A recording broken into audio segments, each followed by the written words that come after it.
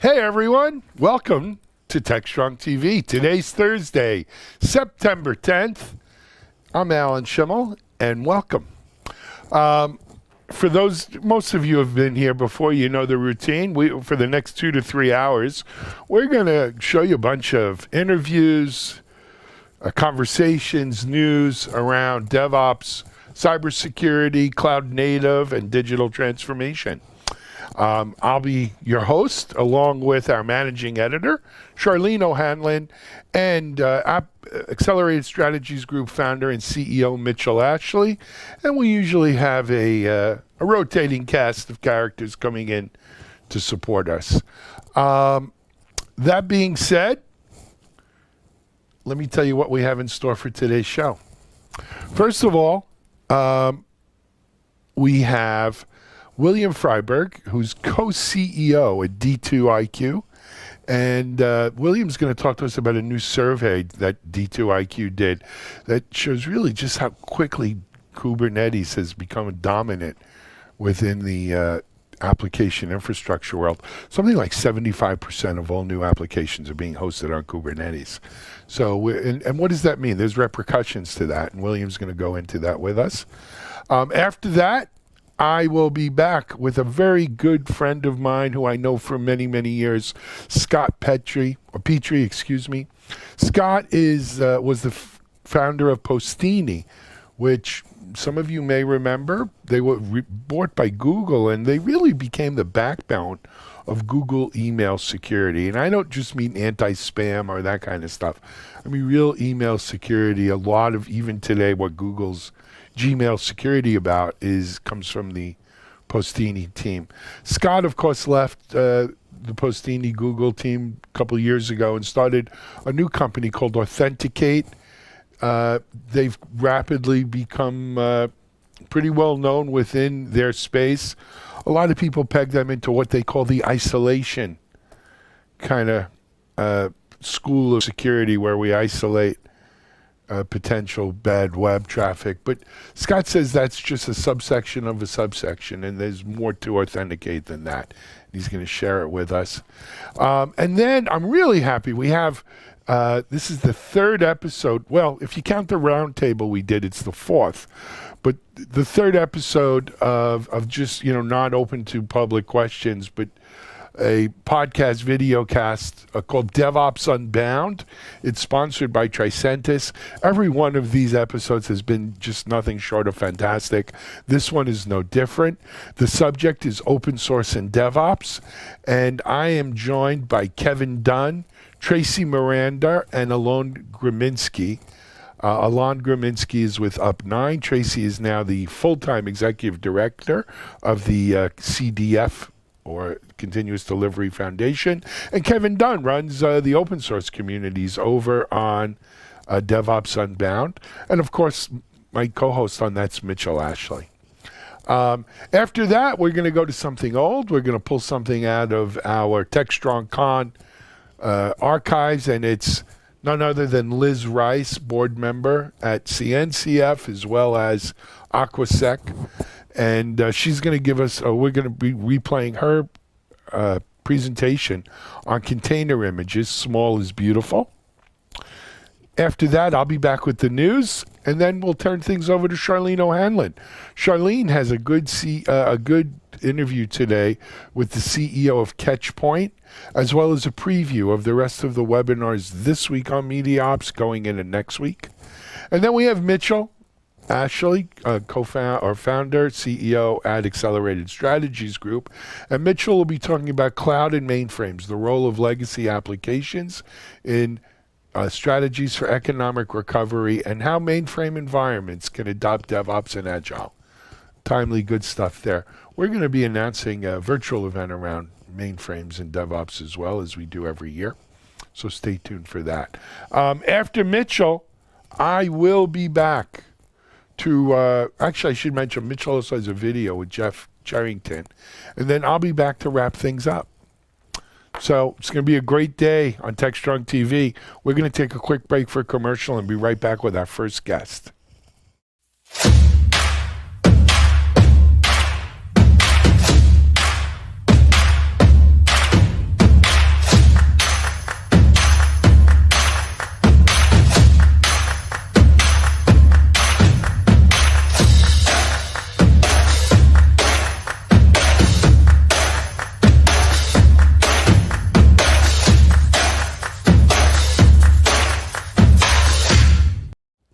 Okay.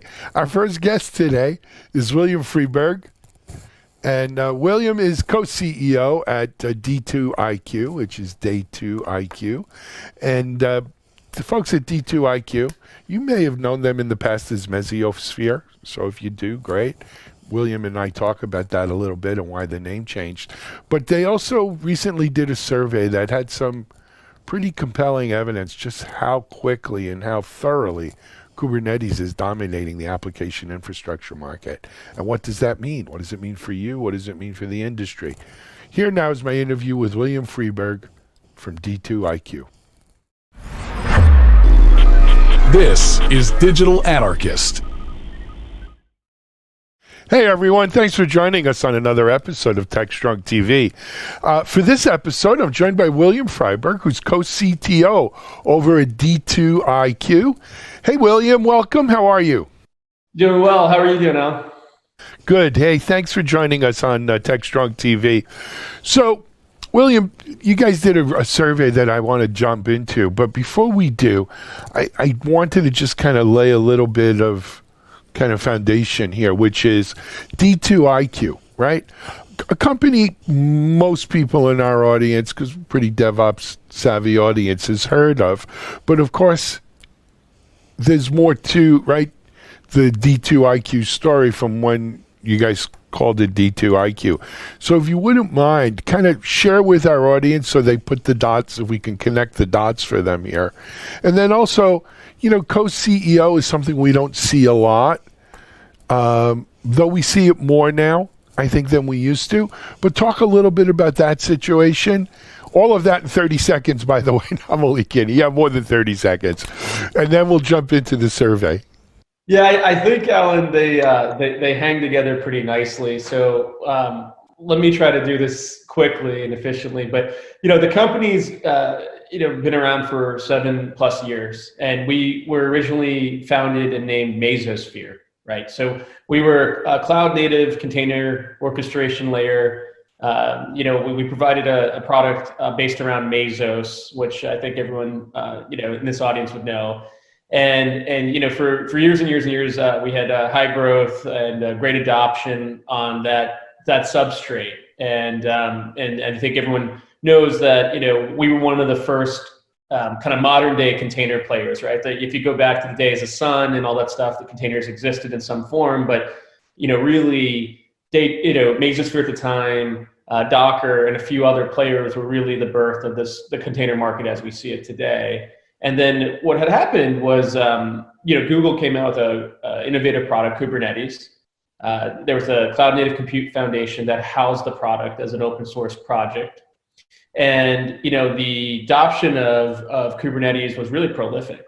It really just took off. It went gangbusters. It went from, originally kind of the long tail market to classic enterprise IT and everywhere in between. And so we were in this market and we were selling Mesos product really, really well. We also saw the desire for customers and our prospects and other users wanting to use Kubernetes. And so we originally put Kubernetes on top of our Mesos products. And then we realized that people wanted pure Kubernetes. And so we decided to have two product suites, one product family based on Mesos, one product family based on Kubernetes. And when we did that change, right, and that sounds like an easy change from the outside, but there was once upon a time, there's a lot of articles that said Docker versus Mesos versus Kubernetes and things like that. And we even put some of those out to help explain the differentiation between the different products. But we decided that we're just going to give customer choice. And we're going to, if someone wants pure, unadulterated, kind of Kubernetes, why should we, as one of the cloud native container pioneers, get in the way with that value prop? And, someone wants to write the Kubernetes APIs, run it that way. Let's go do that. And so we built a whole suite of products around Kubernetes. We have a distribution. We have a multi-cluster manager. We have a learning platform. We have open source tooling for stateful services like databases. And we did all of that. And when we did that, one of the key things that still kind of resonated in a negative way for the people in the marketplace were like, well, you guys are Mesosphere by name. How can you do Kubernetes? and we said, that's a fair point. I mean, so let us go make 2 product families and rebrand the name to not be about any one substrate, not about any one technology. And we recently put out a press release, as you know, Alan, and we still sell a fair amount of Mesos, and we sell a heck of a lot more of Kubernetes, and there's use cases for both. And people enjoy the flexibility for both. And some of our customers actually use both platforms for different use cases, which is interesting too. And so that's a little bit of the genesis of our name change. But the name change was more than that, right? It was leveling us up to not be about just an orchestration layer.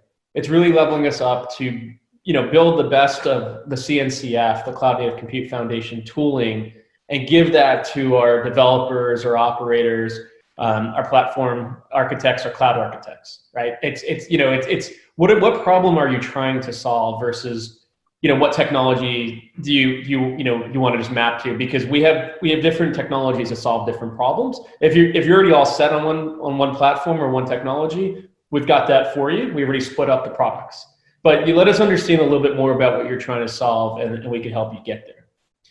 And then on the co-CEO thing, so you're seeing it a little bit more. There's some obviously examples that are big and small. I think in the kind of larger scale startup space, and some of these are now public. You saw Cloudflare, you saw Warby Parker doing co-CEOs. You've seen them at bigger scale as well. It's certainly much larger public companies. And the thinking was I joined very, very early. I'm not a co-founder, and I've been a co-founder of a previous company, but I joined very, very early to the company. We were pre-revenue, pre-commercial product, right? So we had this great open source Mesos project at the time that came out of Cal Berkeley and helped save Twitter and helped make Airbnb more efficient on the back end. But but we didn't have any commercialization of the business. So I worked with the 3 co-founders at the time to do that. And one of them happened to be our original CTO, Toby Kanat.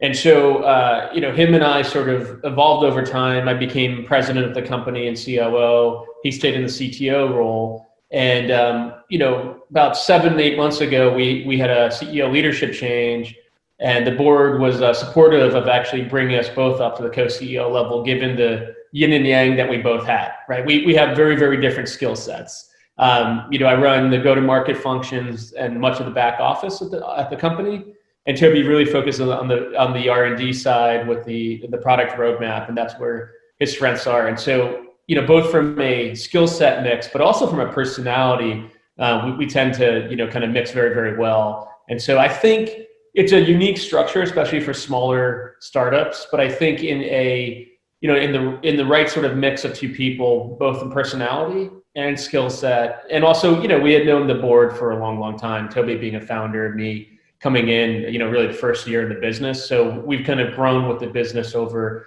half a decade, right? Excellent. William, I was having a conversation with my friend John Willis this morning, and we were talking about the recent blow up around Google with Istio, with the usage commons, like this new thing they started to control IP. And then also recently I had the CNCF themselves had reached out to me regarding a virtual summit that we're doing that had the word Kubernetes in it, saying, hey, and they were very nice about it. I don't want to give the wrong impression, but if they consider Kubernetes a Linux Foundation trademark. And, you got to start being careful when you use that. I mean, we could use it in our articles. We could certainly talk about it. But having like a virtual Kubernetes event or something like that, you had to be mindful of the trademark usage. And it's their trademark. They're entitled to it. But it John and I were talking, it brings up a bigger issue, which is as things become more territorial like that, if you will, right? And you see what Google's doing, and now CNCF and others. Maybe the move is getting away from labeling things Kubernetes or Messio or whatever, right? And talk more about the functionality, which is, in this case, basically cluster management, right? Is a lot of it, and container management. And so maybe when you look at what D2IQ did here, it foretells or foreshadows what we might see happening more and more in the industry, which is getting away from trademark names, right? Even as dominant technology platforms, and being more descriptive about what it is you guys do, and so we'll see how that plays out, but it's nevertheless interesting. I didn't mean to go down this rabbit hole with you. I apologize. We really wanted to I wanted people to understand that, Mezios here, D2IQ, you guys have a lot of experience and capital as you said, cloud native pioneers in the space. And one of the things too, Alan, I like this rabbit hole because, it's a point I wanted to make. I just didn't want to take up too much airtime before your next question. Our name Day 2, right? It's really about Day 2 operations, and that's less about to your point about the technology, whatever the name is, right? It's about getting your application stood up, running them in production environments, having them be secure, having mixed multi-clusters managed by one platform, if that's what the team wants to do. And so we try to really up level the conversation above the technology layer, and really meet our customers where a lot of the conversation around Kubernetes, for example, a couple of years back was really how do I use Kubernetes, right? Install it, right? All that stuff. And now it's really like, what do I use with Kubernetes? And it's all the packaging that comes around Kubernetes. I mean, we have a distribution just like a lot of other vendors called Convoy. Our distribution is a little different in that we really it's not just a Kubernetes installer. We also put all the CNCF components you really need to run Kubernetes in production, and it's largely based on open source, which we're proud of. But I think the conversation over time, and I think this is where you're starting to go to, over time shifts to how do I manage all of these cloud native applications at scale, right? How do I have a cloud native cloud, if you will, or an open source cloud and things like that, right? How do I start to think about running multi-cloud, even proprietary clouds, right? Like, public clouds, how do I run this entire pile of compute at my organization? And that's where I think the conversation goes. And that's why we were pretty early on in this Day 2 IQ journey to come out with a multi-cluster manager called Commander that can map to any Kubernetes API. So that could be a public cloud, private cloud, our distribution. But that was just the tip of the iceberg. If we look at the future of where we want to go, it's not just Kubernetes. We want to do this for all cloud native applications, whether they're open source or proprietary distributions, and have a way to have a single pane of glass view to your entire world, right? And then really understand how to kind of operate your entire system. Because I think that's the problem people are really trying to solve with that. And we could do data services for fast data use cases on Kubernetes, we think, better than anybody. Because we've got a long history of running data services on container orchestration, right? And Mesos was known for that. And we were able to put Kudo into the CNCF, and that's a open source project that allows people to do that. So anyone could use it, and we certainly could help people with advanced use cases or other use cases. But I think ultimately running everything together, it's still not happening. People are still running things in silos, and they're still confused about the total capabilities of some of the use cases that are out there. I mean, not all customers, but some. And so I think as that market matures more and more, people will really understand the value of cloud native. And I think having this broader tooling as broader value prop that's bigger than any one distribution and bigger than any one substrate is where we're headed. And I agree with you, Alan. I think that's where the market's going to go. Good stuff. All right, so we used up most of our time on this, but you guys did recently do a survey, and I think we owe it to our audience. We teased it enough.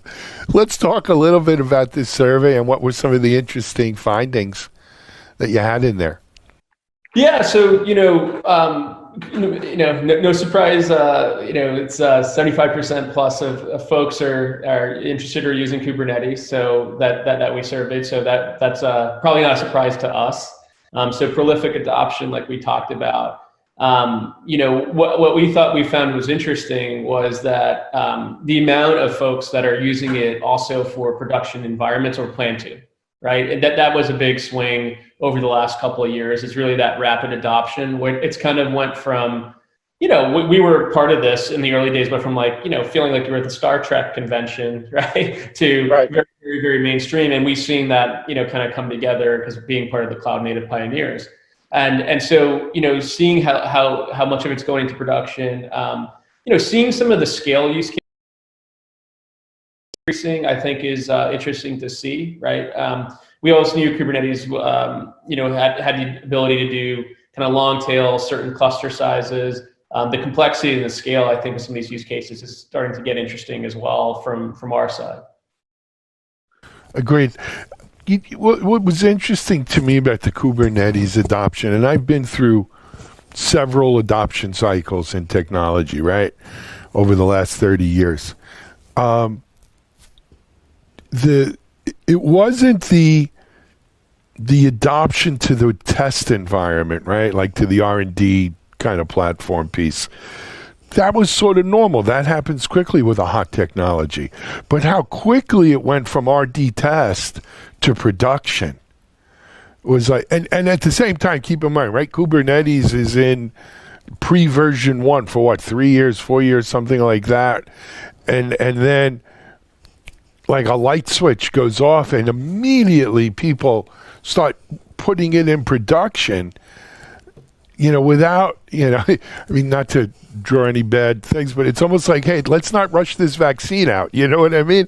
And, but yet with Kubernetes, people moved really quickly from a test environment to production environments here, probably quicker than anything I've ever seen. Yeah, and I think to play on what's going on with digital transformation in the COVID-19 world. I mean, speaking of vaccines, we've even seen that adoption accelerate at faster rates, right? So it's been an accelerant. Yeah, I mean, for especially for industries that are the benefactors of this challenged environment, gaming, virtual, sort of productivity tools and workspace tools, and there's a number of others, but it's not just those industries. We're seeing rocket these these initiatives into production. I mean, they are really taking hey, we need digital transformation. As soon as you start to talk about digital transformation, there's always someone on that team is going to talk about cloud native. And what does that mean for our business? Do we have 12-factor apps? Are we using container orchestration layer or containers in general, right? Things like that. And I think the environment has changed such that people need this digital transformation to happen to stay competitive in their business or just to be productive, internally or externally, right? Depending on their business. And so because of that, I think, we're seeing Kubernetes as a benefactor of that paradigm shift. And I think cloud native in general. And so, we put out a press release recently that had a record-breaking quarter. Whether we were Mesosphere or Day 2 IQ, it was the best quarter we ever had. And it was largely on the back of Kubernetes. We did sell a fair bit of Mesos in there as well, but it was predominantly Kubernetes, and we had some really large Kubernetes transactions in that quarter. Yeah. And a lot of those deals are really around acceleration on digital transformation. And I can think of probably 2/3 of them, maybe slightly higher, are been accelerated in the new paradigm that we're in, right? So no doubt, we're seeing the same thing here, William. Right? If it has anything to do with digital transformation, cloud transformation, it goes to the top of the list, right? And resources are made available, and that cybersecurity has been a big winner in terms of budget and stuff, and anything to do with working from home, obviously, remote work. So we see that. Any other interesting stuff in the survey you want to share? I mean, we covered a lot about it.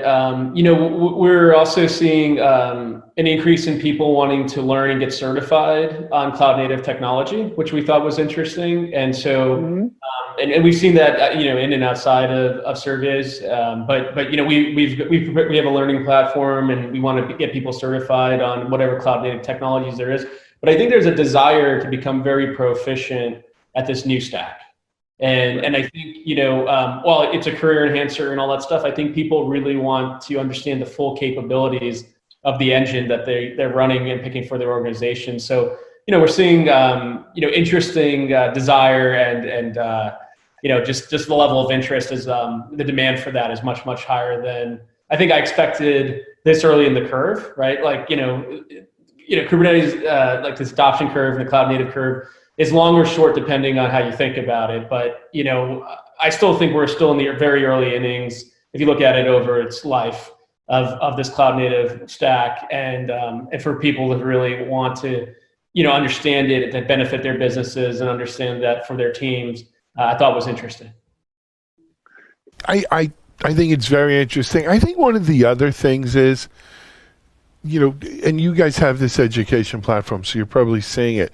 We're seeing a shift, and just full disclosure, right? I'm one of the co-founders of Devops Institute, so we do a fair amount of training. Well, we don't do training, we do certification and put out curriculum. But what we're seeing is a shift away from people like doing, let's call it formal 16, 24-hour classes, versus people who want to kind of micro learn, people who want to say, hey, I'm working on this right now, and I need to learn this right now. It's nice to have that whole, background and all of that, but I really need to learn this right now. Where I think, quite frankly, with COVID, it's given people who are working from home, especially, a chance to say, you know what, this is a good time. This is a really good time to learn the whole thing right now and really set myself up for post whatever the new normal is. So I think we have seen a lot of people kind of, call it back to school syndrome or something. And, either that or they're fixing up their house, one or the other, right? A lot of home improvement projects. But, I think it's a COVID kind of trend that we're seeing out there with it. Anyway, William, we're way past 20 minutes. I told you it goes really quick. I apologize. We started off and it got it in there. But you know what we did? For people who want to find out more about this survey, where can they go? Yeah, they can contact Day2IQ. And so, we can provide, a bunch of information on that. So, yeah, so we can just go to the homepage, which is d2iq.com. Yeah. Excellent. Hey, William, thanks for joining us on TechStrong TV. Excellent work on the survey. And thanks for sharing with us a little bit. I think our audience learned something today, and that's the most you can hope for from these sessions, right, is get someone to learn something. So thank you very much. Keep up the great work. Thank you for having me, Alan. Take care. See you. All righty. William Freeburg, co-CEO, D2IQ, day2iq.com, here on TechStrong TV. We'll be right back with our next guest.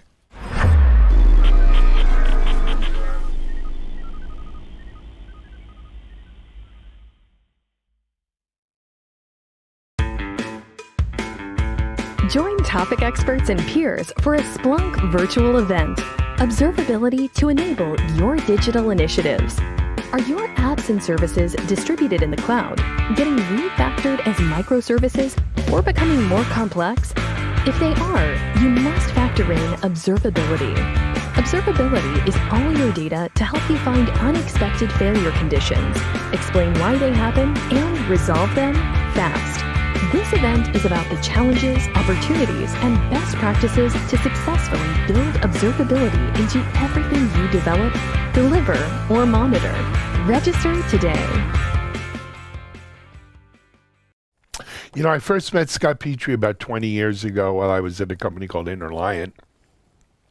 Scott had just started, or helped start, a company called Postini. which was changing email security. Up to that time, email security was just about spam, quite frankly. And it was rapidly becoming a vector for attacks, malware, and everything else. Scott went on to just do amazing things with Postini. He was eventually acquired by Google. Scott stayed on there as Postini became sort of the backbone of Google's Gmail security. He left after a while, though, and started a new company called Authenticate. Authenticate's built a great reputation in the industry. A lot of people know them for their isolation product. But as Scott says, that's really just a subset of what the Authenticate mission is in helping secure, complex applications that are running within our browsers. So here now is my conversation with my good friend Scott Petrie, CEO, co-founder of Authenticate. This is Digital Anarchist. Hey everyone, thanks for joining us here on another segment for TechStrong TV. I'm actually really happy to be joined in this segment by an old friend of mine. Well, he's not old, but we're friends a very long time. Scott Petrie. Scott is the CEO, co-founder of Authenticate, a company we've covered a bit over on the media ops communities of sites. But Scott, first of all, welcome to TechStrong TV. It's great to see you. Alan, thanks, and a great icebreaker calling me old right off the bat. I wanted to get that out of the way. But one way of looking at it, Scott, is if I call you old, what does it make me? Yeah, exactly. So, Fair point. but to be fair and just to fill our audience in, I first met Scott. I was the VP of Core Biz Dev at a company called Interliant. It's a ASP back in the .com days. And Scott was, I guess, a co-founder. What was the company? It was in the SoftBank Keiretsu, if you will. It was a Mobius investment. It was Mobius. Mobius, yeah, and the company was called Postini. Actually, you know what, Scott? I think I met you before Postini. Did you? Yeah. Yes. Huh. What was before Postini? I was at an open source compiler company called Cygnus that it got rolled up into Red Hat, and I left that company to start Postini. I think it was very early in Postini's days. But Maybe it was very early. Yeah, Yeah.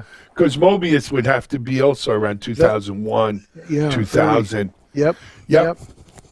Nevertheless, a long time. And of course, Postini went on to do great things in security.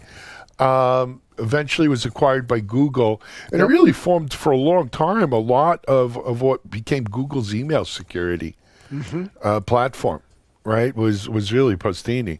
It was, oh yeah, so sorry, go ahead. No, go ahead. No, I was you going go, to say, Scott. it was interesting because we were seen back then as, a great anti-spam company delivering through what was not even called SaaS at the time. You mentioned ASP. We were a service delivery model, but we had built a really interesting infrastructure that allowed pretty much any sort of manipulation in the email stream, and companies were adopting that. And when Google acquired us, they saw us as much more than a spam and virus solution.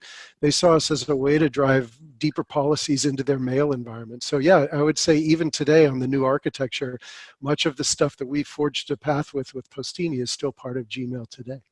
Absolutely. I remember it really clearly. Anyway, but of course, Scott, you left Postini. I left Interliant, Still Secure, and all the rest. And you started a company called Authenticate, which, as I said at the top of the show, at the top of the segment, we've covered a bit here, but I haven't had the pleasure of having you on. So, Scott, first of all, I think, no disrespect to you, but a lot of our audience may not be familiar with Authenticate yet. What? Right? What? I'm shocked. Shocking. So why don't we start there, though? Let's talk about the Authenticate mission. Why someone of your background felt compelled to start this up, and where you guys have been going. Yeah, thanks, Alan, and no harm, no foul. I mean, we've been really product focused and direct customer acquisition focused rather than general marketing focused. We're still a lean and mean organization, and that means we're not out necessarily buying AdWords. We're really focused on solving problems for our customers, and happy to talk with you and happy to expand the audience with your audience. So why did we start the company? Well, I started this company with one of my coworkers at Postini, a guy who worked very closely with me through the last 5 or 6 years of the company and really through the scale period. And when Google acquired the company, I stayed a little bit of time at Google, but we kept kicking around ideas. And the things that we saw with email back in the 99 and the 2000s, where email was really ramping up in terms of its business significance, and it became this de facto massive standard that was profoundly uncontrollable. If you remember back then, the spam and the virus issues that were going on. We felt we had solved that with a novel approach at Postini, and so we started looking at the other protocol that business applications and business processes are moving to, HTTP. And so we looked at this sort of linkage between the browser, the network, and the website, and the integrity of that communications chain, and then the overarching sort of issue associated with cloud-based applications. And we realized that IT was suddenly in an environment where they no longer necessarily controlled the endpoint. They no longer necessarily controlled the network that the user connected to applications with, and they no longer managed the application. And so they had all of the responsibility, but none of the control over that compute environment. And so we looked at the web environment, and we realized you're never going to change the underlying protocols. You're never going to drive standards to improve the integrity of the environment. You have to do something different. And so we did basically two things. The first is we built a system. We call it a web isolation system, and it starts with 100% isolation of the browser environment. So we run a completely separate, secure browser instance on cloud-based infrastructure running in our environment. The second thing we did is we cracked the browser open and we put the enterprise controls that an enterprise would want to have into the browser itself. Let's say you wanted to put controls around, should my employees access a particular site? Should they be able to upload or download data to that particular site? How should they authenticate to that site? How can I audit the users with respect to the actions that they're doing in the site? And so we built this control framework, and we have 10 patents granted around it right now. This idea of building this virtualized browser environment and owning the authentication chain, configuring for data loss policies, auditing and overseeing user behavior inside of the browser as a way to create this complete and comprehensive environment that allows our customers to get back in control of what users are doing on the web. As I said, we call it a web isolation platform, and our sort of simple tag is to say, we protect the things you care about, like your users, your assets, and your data, from the things you can't control, like computers, networks, and cloud-based application services. Yep. Scott, the 2 points I want to make on here for our audience, and you can amplify that, is number one, look, this idea of isolation, if we can call it that, and that's what it's called, right? This idea of isolation has been something that has caught the attention and the eye and of some of the big analyst firms, right? And so they've quickly, we've seen it's not even a cottage industry. We've seen an industry arise around isolation as a means in security, and not necessarily, it's not a bad thing. No. A lot of people look at Authenticate and say, yes, that's where they play, right? They're going to be in that quadrant or that wave or whatever the particular motif is that day, right? But in talking offline, you and I, and you made it really clear that isolation isn't by in itself a bad thing, but it's really sort of a subset of a subset, if you will, of a much bigger issue. And that bigger issue is, as you mentioned, that when we access applications like a Salesforce, and I'm not picking on Salesforce, when we access any of these applications that we're accessing now, these are not static HTML pages that we did back in 1998, right, or 99. These are full-blown applications that are making calls all over the place, literally all over the place, right? And so it's pulling in libraries and components, and just like any real application does. These are applications that run in a web browser, and you don't really have a lot of control normally or out of the box on these third-party kind of calls, and call them components or whatever you want to call them, that are coming into your compute environment. And that really is probably the bigger issue around what we have, neatly packaged as isolation. But it's bigger than just isolating. We agree. And in fact, you said it's a means, it is a means to an end. We look at isolation as being necessary, but not sufficient in terms of delivering a complete solution. If you want to, shut off scripts in a browser or something like that, you can do that, and that's going to, somewhat protect you, but it's also going to break pretty much every application, every modern web-based application that you're interacting with. So, our customers are in a difficult spot, or the non-customers are in a difficult spot. How do I enable access? How do I enable the richness of in this environment? But how do I still protect my environment? And we think of protection as not just keep bad scripts off the endpoint. We think about it in the context of, how about 100% anonymity? When you're using somebody else's browser running on a different IP, there's no attribution back to your organization. How about 100% positive data control, whether they're using a home device or a work device? Because when the browser is configured, you can say no copy paste, no write to the file system, no upload of data. Like, I can now create a hard wall. I can give full access to those web applications, but I can limit my exposure. I can still control what users are doing. The third one, and we've seen this massively with the COVID situation, is users are sent to work from home. 15% or so of employees have been given corporate laptops with VPNs and file system encryption and all that. 85% weren't prepared for work from home. A help desk person that needs to get into Zendesk or Desk.com or whatever, and they need to prosecute customer support cases. How does IT control that? Well, we have a full audit and non-repudiation framework over what people are doing in the web environment as well. So you can do all of the things that you need to do to maintain compliance, even though they're not using your computer, they're not using your network, or they're not using your application. And so isolation is a really important part of the equation, but we say it's necessary, not sufficient. That's why our focus as a business has been really narrowly focused on what we call high-value workflows.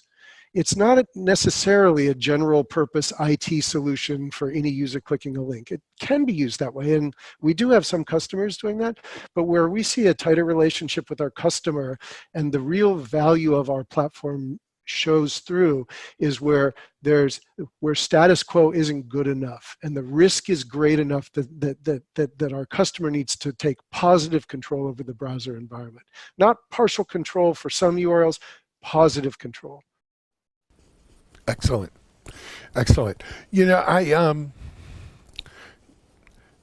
This whole COVID working from home thing, right? We're 6 months plus in, right? And I think we've seen enough studies, enough surveys, enough to know that nothing is going back to the way it was before.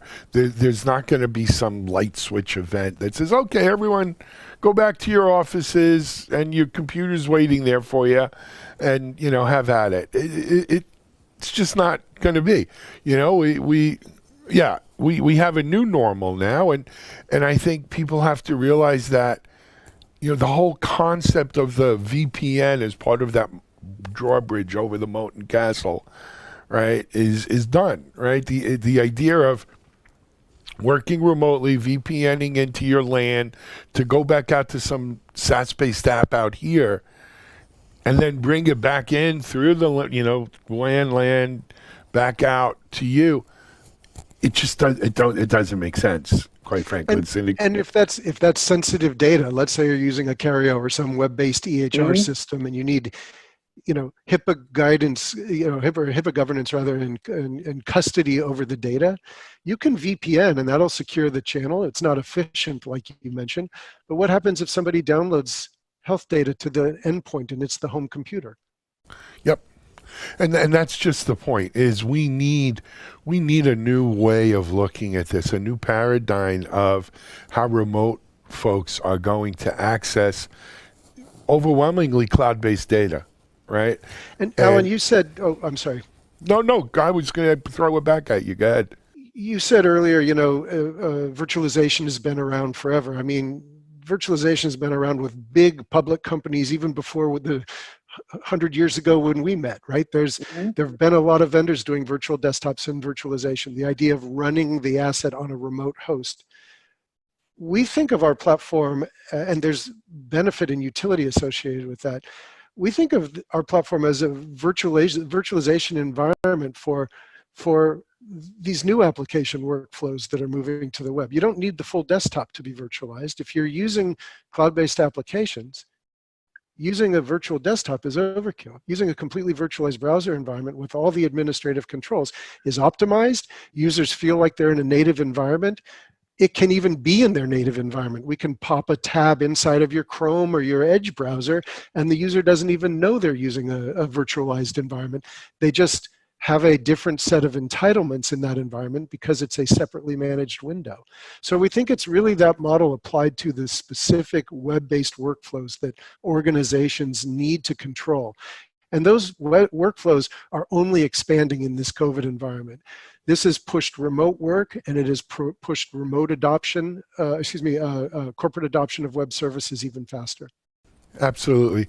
I look, Scott, I mean, you're right. The whole idea of a virtualized desktop where I have, virtualized Microsoft applications and so forth, in the era of Office, or now it's called Microsoft 365, it makes no sense.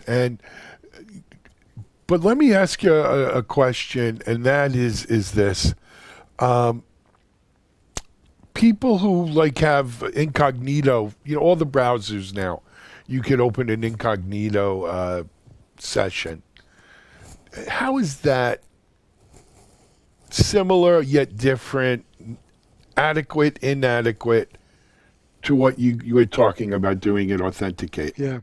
I wrote a blog about this probably 9 years ago, and the title was, I think, Incognito Mode Isn't. Right. In incognito mode, all you're doing is suppressing the storage of local history and sometimes certain types of cookies. You're still transiting that entire payload that you described early on all the way through the corporate infrastructure down to the endpoint. The endpoint still computes that stack of code just like it would any other website's code. But if there's a tracker cookie, it might not get dropped, and your history menu doesn't show where you went. Anything server side can still track you. You can see your IP is still associated, your ISP still has full access to whatever you're doing. Anything you do on a website, it's still going to resolve back to the IP. Anybody who drops an advertisement or a phishing link or whatever, it's still going to pass through.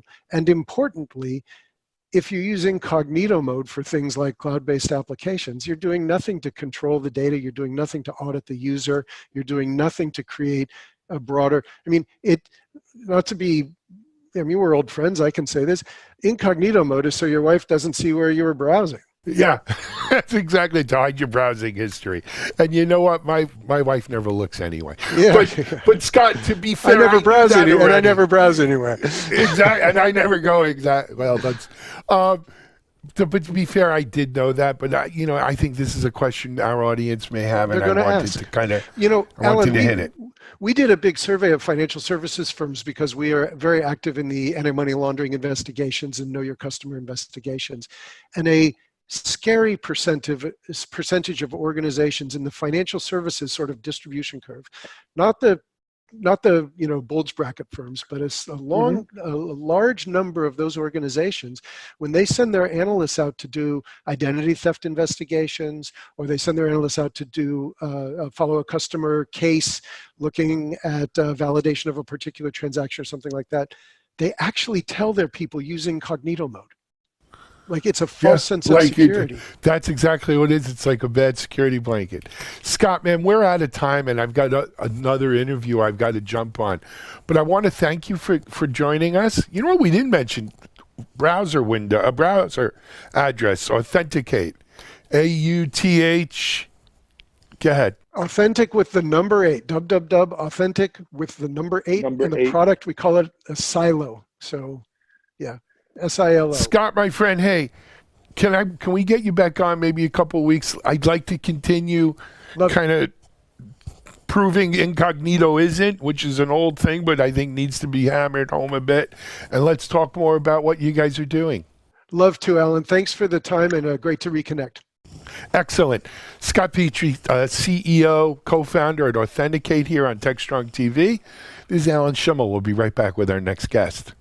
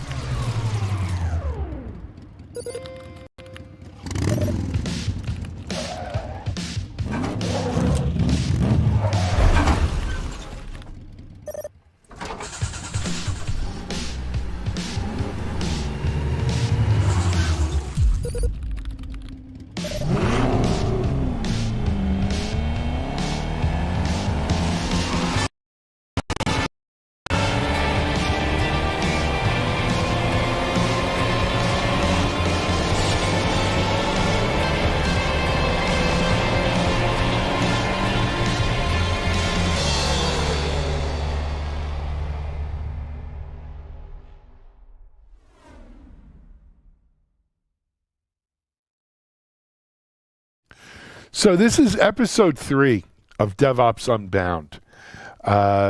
If you've caught the first 2, every single one of these shows, it's about a 45-minute segment. It's just an amazing discussion, taking a deep dive into some aspect of DevOps.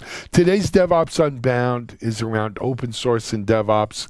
It features Tracy Miranda, who's the executive director for the Continuous Delivery Foundation, Linux Foundation, along Gramonsky, who is the CEO, founder of Up9, and prior to that was the founder of BlazeMeter, and then Kevin Dunn, who runs Tricentis's open source communities and projects. And Tricentis, of course, is a sponsor at Devops Unbound. I think you're really going to enjoy this segment. I think the first 2 we've done were spectacular as well, though. If you go to digitalanarchist.com, you can catch all of the Devops Unbound episodes up there. But anyway, this is episode 3, Devops Unbound, open source and DevOps.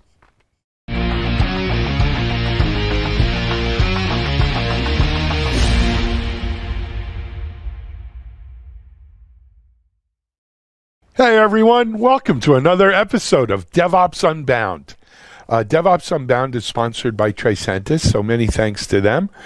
But it's our show here at Media Ops, and we try to explore, just some of the areas around DevOps, and not just Dev and Ops, but DevOps as a framework for the way things are being done, the way application and software is being made and deployed today. The way it's being hosted, the way it's being operated and maintained and observed, and so many other aspects of how we're doing technology. It airs every other week, and this episode is episode number 3 of Devops Unbound. Hope you've enjoyed the first 2. With that, let me introduce you to our panel today. First of all, well, it may not be right or left on your screen because it makes no sense to tell you how it is on my screen. But let me first start off with my friend Tracy Miranda. Tracy is the executive director of the Continuous Delivery Foundation, which is a Linux foundation and a sister organization to Cloud Native Computing Foundation. Got that all out of the way. Tracy, welcome. Hi, everybody. Thanks for having me, Alan. My pleasure to have you on, Tracy. Joining Tracy and I today, I have Kevin Dunn, who has been on our TechStrong TVs in the past. Kevin is with Tricentis and runs their open source communities, as well as some of the open source projects that are now under their management, some by acquisition over the years, some they've developed themselves. But Kevin, welcome to Devops Unbound. Thank you, Alan. Happy to be on, and glad you're having us back with you again. Yeah, it's our pleasure. And then last but not least is my friend Alon Gramonsky. Alon is the CEO, founder of Up9, that's UP9. And he's going to tell us about that when I ask everyone to introduce themselves here in a moment. But Alon was also the founder, CEO of BlazeMeter, a very well-known open source or player in the open source testing world, acquired by CA, which of course became Broadcom. So today's episode, ladies and gentlemen, is around DevOps, cloud native, and open source, most importantly, and how important open source is to this whole DevOps movement and this whole, I had someone from Deloitte Cloud on, I was doing an interview, called it a revolution that we're seeing, especially since COVID, right? IT has undergone a revolution of cloud transformation, digital transformation, acceleration, and so much of it is made possible by open source.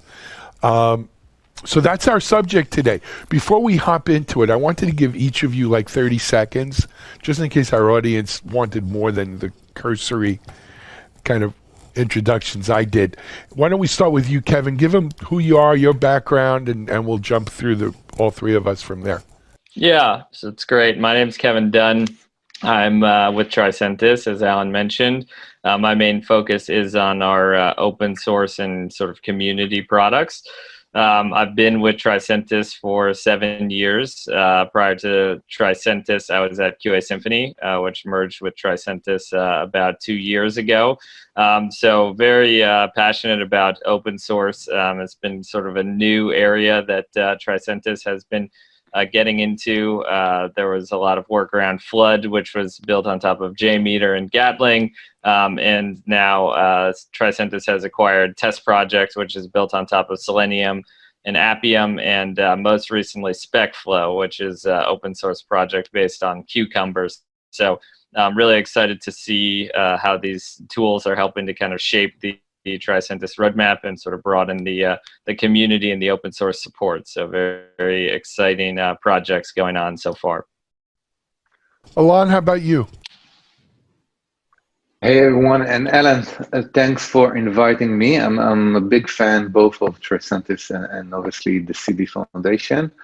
Alon Gramonsky, as you mentioned, my current company, Up9, which I have the privilege of being a co-founder in, deals with microservices and cloud native in respect to testing. Testing is something that is becoming harder and harder to do, especially when you talk about service testing and API testing.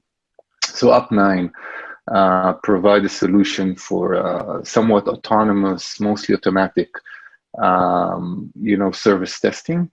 As you mentioned prior to that, my previous company, BlazeMeter, was all about load testing and stress based on the open source tool JMeter. I had the pleasure over the past 10 years to be involved in the open source community and understand, or at least try to understand what's the place of open source and why is it so important for developers, specifically for developers. I'm very happy to have the opportunity to discuss this in this forum. Last but not least, Tracy, how about you? Tracy, I'm the Executive Director of the Continuous Delivery Foundation, or CDF, which is an open source foundation with the mission to improve the world's capacity to deliver software with security and speed. So CDF is home to the open source projects Jenkins, JenkinsX, Tekton, and Spinnaker. Before that, I was leading open source community at CloudBees. And in general, I'm a 15-year veteran of open source. So I love all things open source, open innovation, and building communities. Excellent. So folks, here's my opening premise, and it'll be our jumping off point. I also have a long involvement in the open source world. I first got involved in open source security related projects 2002, 2001, and we were blessed in security to have some amazing open source tools at our fingertips. Products like Snort, which was developed by Marty Roche, and who then started SourceFire, acquired by Cisco, was the de facto standard for intrusion detection. The Nmap and Nessus scanners. Renaud Drayson, who's co-founder over at Tenable Network Security, and Ron Gula, who started Tenable with Nessus. Nmap has been out there. There were many others, Clam AV, and so many commercial companies actually sprang up just by using that open source software under the covers, putting a UI on it and stuff. So I've seen open source. I remember talking to CIOs, and I remember speaking to, DoD agencies about their use of open source, and they would tell me that they don't have any open source, they don't allow open source, and then you would go look at what their developers were working on, and it was all open source, it was Linux and everything else that they had just didn't bother telling them about. So I've seen open source become from a guerrilla type of operation in many environments to the dominant form of software and software development today.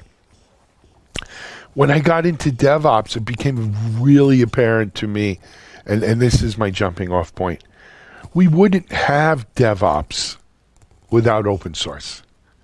I just don't think, I think so much of what we consider not only the tools of DevOps, so specific open source projects, but the culture of DevOps, the collaboration, the sharing of knowledge of DevOps is based upon that open source mindset, on that open source culture, that you couldn't have DevOps without open source.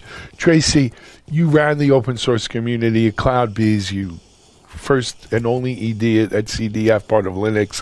What's your feeling on that? Why don't you kick us off? Yeah, so definitely as a big fan of open source, I've seen how it's been really instrumental to DevOps. And I think, one of the things that open source does really well, like sometimes people focus just on the code, but it is really all about that collaboration, how people work together. And I think at the heart of DevOps, really what it's trying to get at is building bridges, getting people to work together, even if they are in slightly different spaces, whether it's DevSecOps, who are trying to bring security practitioners closer to developers, or ops people closer to developers. So I think open source really captures that spirit of collaboration, and that's why it's become almost synonymous with DevOps. Kevin, Alon, what do you think? Yeah, I would definitely agree with that. I would say one other thing that, of the many benefits of open source, right, is kind of just the transparency and visibility. I think, a lot of companies were finding, like DevOps and their CI/CD process especially is kind of integral to business success, right? So a lot of companies are very hesitant to put a tool in place that is going to be that critical to their success unless they're able to, fully understand what it does, any limitations that it has, extend it where needed, and, kind of have that ability to build on top of it as well. I think way too many companies kind of got burnt a bit by, solutions that were completely closed source, didn't allow customization and things like that. And then, they kind of get stuck when, something breaks or they reach the limits and the vendor is not able to, update that for them. So I think that was one of the big things about, the whole Jenkins community, right, is you just see how many plugins and other, ways people come up with of extending the tool that you just would never see from a closed source product, right? So I think that's been something as well, as just kind of like the ability to have the transparency into how something works and be able to extend that to fit your own needs is pretty critical to DevOps success, I think. Yeah, I agree. Alon, you more than I think even Tracy and Kevin, you built a business with a successful exit on an open source kind of business model, if you will. What's your view on is it a chicken and egg? Can you have DevOps without open source? I think if we go back even more than a decade, there was open source and there were commercial offerings, right? And there was an inherent conflict between the two. I think that if you fast forward for today, it's about product market fit. I think open source needs to be part of any product as long as it involves developers, maybe even more than developers, but developers, as Kevin kind of mentioned, we talked about transparency. I think developers need to have control. They cannot rely on someone else and to have a black box. So anything from transparency, having control, not having dependency. If you think about speed to market, the more control you have, your ability to change quickly, the faster you can go. So what we've learned over, the past decade, that developers, they need to have the open source, not because it's free. I think that's the last aspect of open source. It was in the past that it was free and a poor man's solution. Today, you want to have open source because you want to maintain control, visibility, transparency, and reduce the dependency on other vendors. That's kind of my key learnings, from my experience. Yeah, I mean, that reminds me of something I've always been taught and heard about open source. And that is, look, with open source, there's free as in freedom and free as in beer, right? It doesn't cost, it's free as in beer, right? Free beer for everyone. But really, though that was a big driver, you're right, Alon, that was a huge driver and remains a huge driver, is that people can just pick up this software and run with it. And at some point, if they want to buy an enterprise license or an enterprise version or go to a vendor that has a supported version, they can't pay for it, but they could use it for free today. But more importantly than that is the freedom as in freedom. Right, in that it gives them the transparency, it gives them the ability to see exactly what it is they're getting themselves into, as Kevin pointed out. But to me, that's almost turned the original problem on its face. And Tracy, you've been in this open source world long enough, right? In that originally, that was also one of the big shortcomings of open source, right? Is that everybody sees the source code. Hackers or whoever will more easily exploit that source code, or can break in, or can see what's going on.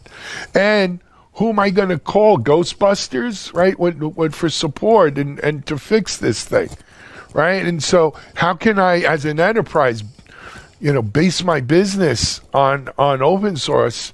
Is it reliable enough, secure enough, supportable enough?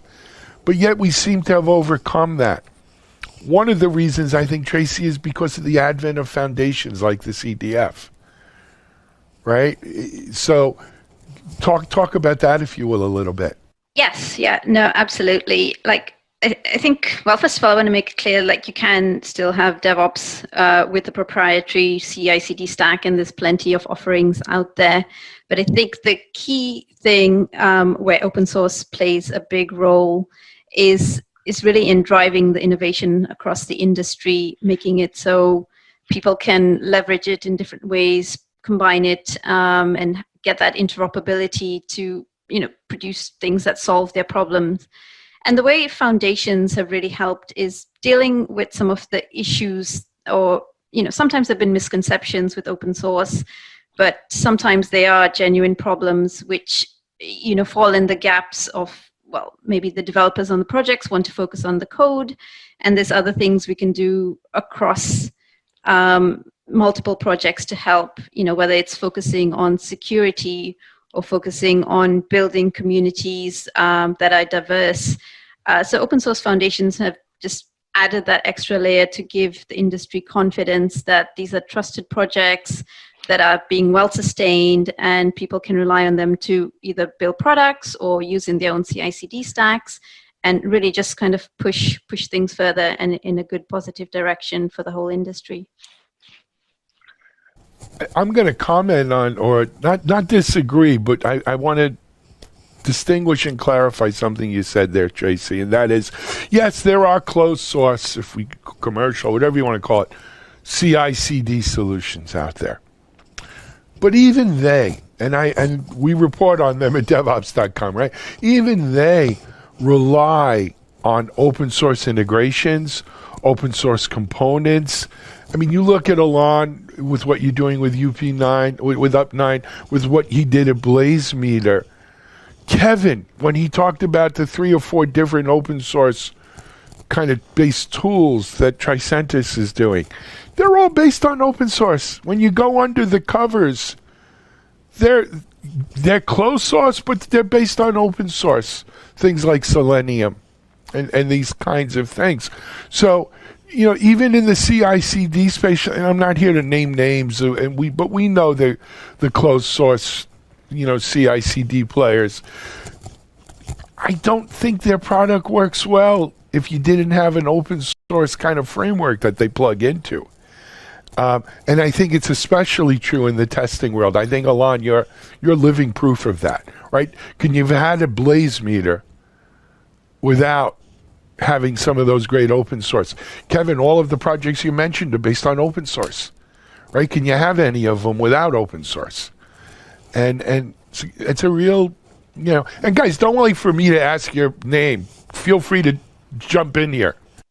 I think it's a good point. It's becoming more of the model, like Alon was, mentioning, is kind of you stand on the back of giants a lot of times, right? And so I think, you see a lot of at least in the testing space, right? BlazeMeter, Sauce Labs, Browser Stack, a lot of these bigger companies, they're succeeding by basically doing what you were talking about with the security tools 10, 20 years ago, right? Take an open source community and kind of, build something on top of that, right? That provides value, but still is kind of using this known currency of this open source project. And I think people like that because, by the time they get to buying that commercial solution, they've got a lot of confidence in the open source components. They've reached a, critical kind of juncture where they're bought into those tools enough that they're willing to invest in something, commercial to help support it. And you're solving real problems, right? You mentioned the, free and open source being free, but, everyone knows one of the big challenges with open source is just the amount of time that you have to invest a lot of times to customizing it, deploying it, patching it, upgrading it, dealing with security concerns. And so, a lot of these vendors come in and they solve a real problem, but I think it is a little bit of you can't put the cart before the horse, right? The people need to adopt the open source tool, see that it works, feel the pain of, what it's like to manage it on their own, and then, usually graduate to these commercial solutions. I think when people come and try to present the commercial solution up front without that open source community, it kind of fails because you haven't proven the value yet, right? And it's a big jump for people to make. And that's, it's been a good thing in the market having open source. It's kind of put the power in the hands of the users that, users get to call the shots first, and the user expects you're going to give me some value in this open source tool before you start to charge me an arm and a leg, right? Yeah, I like the analogy, the free as in free puppy. So you can have it, but you still have to take care of it, feed it, and keep it from pooping on the carpet. Exactly. Yeah. That takes a lot. Yeah. Just that, I think I've learned a good concept a couple of years ago, kind of the open core concept. It wasn't there 10 years ago, but then you understand, okay, this is what we've been doing all along. The ability to open your core, the core of your platform, the core of your offering. So your user will have more flexibility. Maybe the use case is a bit different than what you had in mind initially, right? By having an open core or an open source project that you're basing on, right? You allow the users to build their own use cases and then bring value that the product market fit is in my view better than anything that is closed. And this is what you can do with it, and that's it. Right. Agreed. So Tracy, the CDF is a great model for the kinds of stuff we're all three of us are talking about, right? You have, in essence, there's four main properties or projects that CDF manages. Each one of them is closely tied to one or more commercial entities that solutions are based upon, right? But yet the community revolves around the CDF. And by the way, it's the same thing in the CNCF, right? Where you have Kubernetes and you have, a lot of Kubernetes service providers and managed Kubernetes. But the community lives around CDF. What are you seeing here? Like, where is that handoff? Where is the, passing the baton from that open source user to the commercial entity? Yeah, no, I think that's a great question. And what we see, well, certainly what I've seen over the last 15 years is it's an ever-changing line, if you like. So when we talk about innovation, we have these open source projects and we don't want people to be reinventing the wheel over and over again, like take something like pipeline orchestration. When it gets to a point where that's pretty ubiquitous, then that's a good thing to have as an open source, kind of standardize on one project. And then we can move up the stack into new innovations, and vendors can lead that charge of take open source projects and try to build things on top of that add new things to the industry. And as those become more and more ubiquitous, then, probably eventually we'll get an open source solution and then people will sort of move on to the next thing. So I think it's always kind of this tide as such, where the more kind of proprietary things will test out the bleeding edge of where they can get value for users and things that haven't been done. And then open source projects become like the infrastructure, the roads and the bridges, and things like that. Fair. Guys, any comment on that?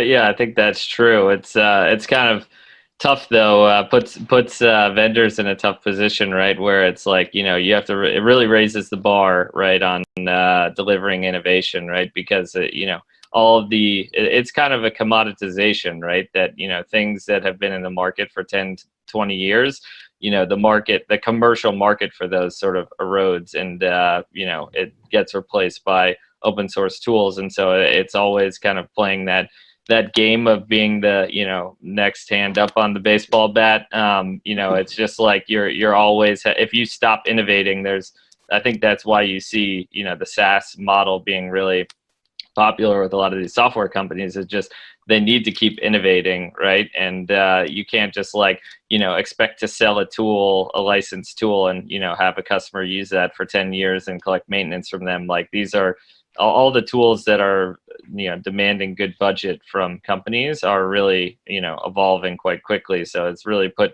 a lot of pressure on vendors to innovate. Otherwise, they're going to become stale and replaced by open source pretty quickly, which is a good thing for the users of these tools, I think, at the end of the day. I also think that's, to Alon's point, that's why OpenCore is such a great model for this. Yeah. Right? Because you can keep innovating at your core and then have your freemium, premium, whatever you want to call, feature set kind of revolving around that core and keeping people, okay, now that's why I should pay money. Right. So, and I think we'll increasingly see companies kind of use that to change the dynamic in the market. Then they can use open source almost as a weapon to drive a commoditization by saying, okay, well, this thing that was a premium feature for a number of vendors, we're going to open source our version and suddenly change the dynamic. So it is really interesting because, yes, I think SaaS services will make a big difference, and just everybody in the industry has to be on their toes constantly. Absolutely. But by the way, a way to complement this is think of, we used to live in an industry where the big vendors provide point tools, value, do something that you haven't done before. Today, with developers, it's very hard to think of having an infrastructure that is not open source, right? So let's assume the entire infrastructure is open source, whether by vendors, by developers, or by big cloud like Netflix, Amazon, and others. And then the next layer is efficiency and productivity. Then the commercial vendors, they can provide impact by, this is what I've done in BlazeMeter. BlazeMeter wasn't the load testing tool. I think Flood was the same. It's kind of JMeter was the testing tool. Yep. BlazeMeter back then was all about making JMeter more efficient and the developers more productive. So suddenly Load Runner wasn't like, okay, there is an alternative to what was the de facto commercial tool. Okay, it's the open source tool, but as you said, open source on its own, it's pretty tough. So, here come the vendors that make our lives more productive and use of open source more efficient. Agreed. Kevin, Alon, I'm going to put you guys on a hot seat here for a second. You know what? CNCF has been wildly successful in so many of the projects that they've incubated and now graduated and have been tremendous successes. Tracy CDF is only, about 2 years old now? And Yeah, not even. Yep, they've got 4 pretty amazing CD tools that are kind of de facto standards, right? That people are gravitating around. With such a strong heritage of open source and testing and continuous testing, automation, why haven't we seen sort of the equivalent of the CDF in the testing world? Right? Why hasn't Foundation or some other Eclipse or Cloud Foundry or something, or a new one, sprung up that says, hey, we're going to take these individual projects, out of hands of individual companies and do a community thing. It may be a case of don't fix what's not broken, right? Because it seems to be working the way it is. But why don't we see a foundation for open source testing? That's a good question. I mean, I think, if I had to guess, the main reason probably is just that, testers are sort of developers, but sort of testers, right? And like an automated tester kind of falls in between the gap of maybe both. And some view themselves as developers, some view themselves as testers. I feel like it's starting to happen. If you look at some of these tools like Cypress, for example, the newer tools that are emerging, definitely their communities have much more of like a developer feel around them, and there's much more structure to the open source contribution and whatnot. But historically, it was definitely very fragmented, and the load testers all kind of rallied around JMeter and Gatling, and the web testers around Selenium, and the mobile testers around Appium. There's really no common thread. I guess is kind of more like more siloed, right? Versus my guess would be, these tools like Kubernetes or Spinnaker or Jenkins. I mean, those are ubiquitous, right? I mean, everyone, whether they're building a web app, in Java or in, C# or whatever, can use these tools, versus I think a lot of the testing tools, because they're kind of like a thought, and a decision that's made after you make some decisions, oftentimes on your kind of app infrastructure. That's why they're sort of thought of as, maybe they were historically thought as more of an afterthought, and the communities got more fragmented as a result of that. But I think that is starting to change. I mean, we know, and we talked about these results on the last time I was on with you, Alan, that testers are becoming more and more like developers and becoming more technical, right? So I think the tools, are going to demand to change this community structure, but it will take time, but I think we'll start to see that over the next few years, my guess. Go on. Yeah, I think that if you look at the industry, the open source industry for the past, again, decade, prior to CNCF, there was Apache, right? It was kind of, in many ways, the collection of all open source tools that if you're an Apache open source tool, you're probably in good shape. And now we see it's not about open source, it's about what you do, right? CNCF started mostly as Kubernetes and other tools, and now the CD Foundation, I think the focus is kind of on the development lifecycle, as opposed to point tools and use cases, is about the entire flow. Actually, I feel very comfortable, if testing finds its right position under CD, because in CD you build, you test, right? These are the operations you do day in, day out. I would hesitate from having too many, because it will kind of defocus many people. Am I doing this? Am I doing that? Is it different? Having like a family to belong to, which is the continuous delivery, continuous deployment, maybe in the future. I think it's actually not a bad direction to take. Yeah, absolutely. And I think you've hit it spot on. Like CD, continuous delivery, is a process. And I think that process does include testing. And although we started off with these tools, which are all pipeline orchestration, I'd love to, for the CDF to feature more open source testing tools. And certainly a lot of the conversations we have around interoperability, testing comes up a lot. People are like, why isn't there a standardized way to show pipeline results, the test runs, and why don't we drive for that? And that's a problem that lots of end users highlight.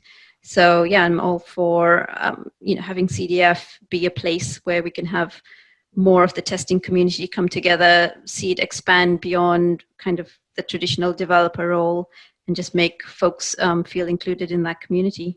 So yeah, we should definitely talk, because I like the direction. So you heard it here first on Devops Unbound. Alon, Kevin, you have her contact info. There we go. Let's see some testing projects being part of CDF. Right? Let's bring it together. Alon, the next line of questioning starts with you, but Kevin and Tracy, feel free to jump in. So, Alon, you've been there, done that. You did BlazeMeter. As you mentioned, you built it on JMeter and some other open source stuff, but you didn't want to duplicate what JMeter did. You were supplementing it and building on top of it. Your present company, Up9, is new. Not a lot of people are as obviously familiar with it as BlazeMeter. But I remember interviewing you when we first started talking about Up9, and you said, "Look, this is for now, right? This isn't what BlazeMeter." We took a lot of lessons that we learned and a lot of things that we saw, but this is for today. What makes it for today, especially from an open source perspective, right? That was different than when, let's say, BlazeMeter, first started with JMeter. Yeah.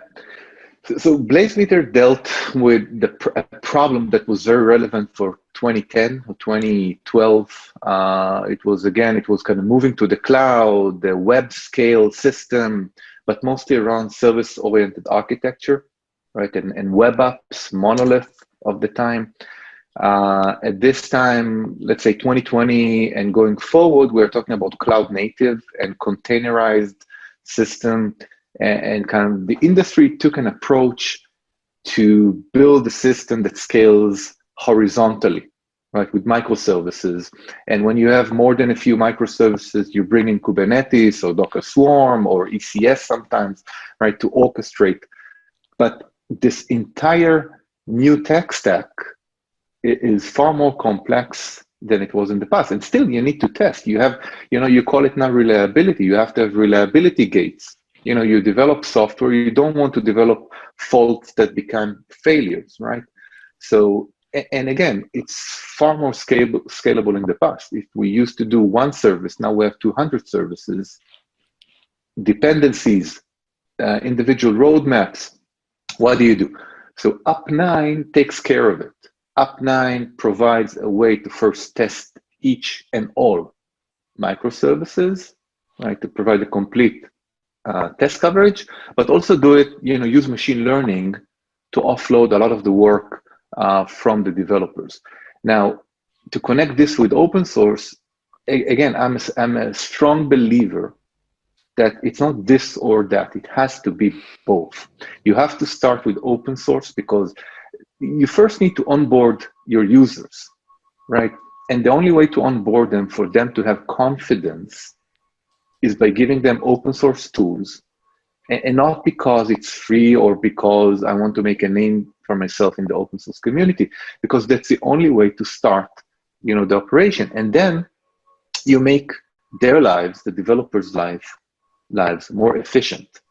Okay, so this is Up9. Up9 starts with an open core solution that enables testing microservices in a Kubernetes, ECS, Docker kind of environment, but making it, no matter how many services you may have, how many endpoints, whether thousands of endpoints and hundreds of services, you get things going pretty quickly, because this is how you would do things these days.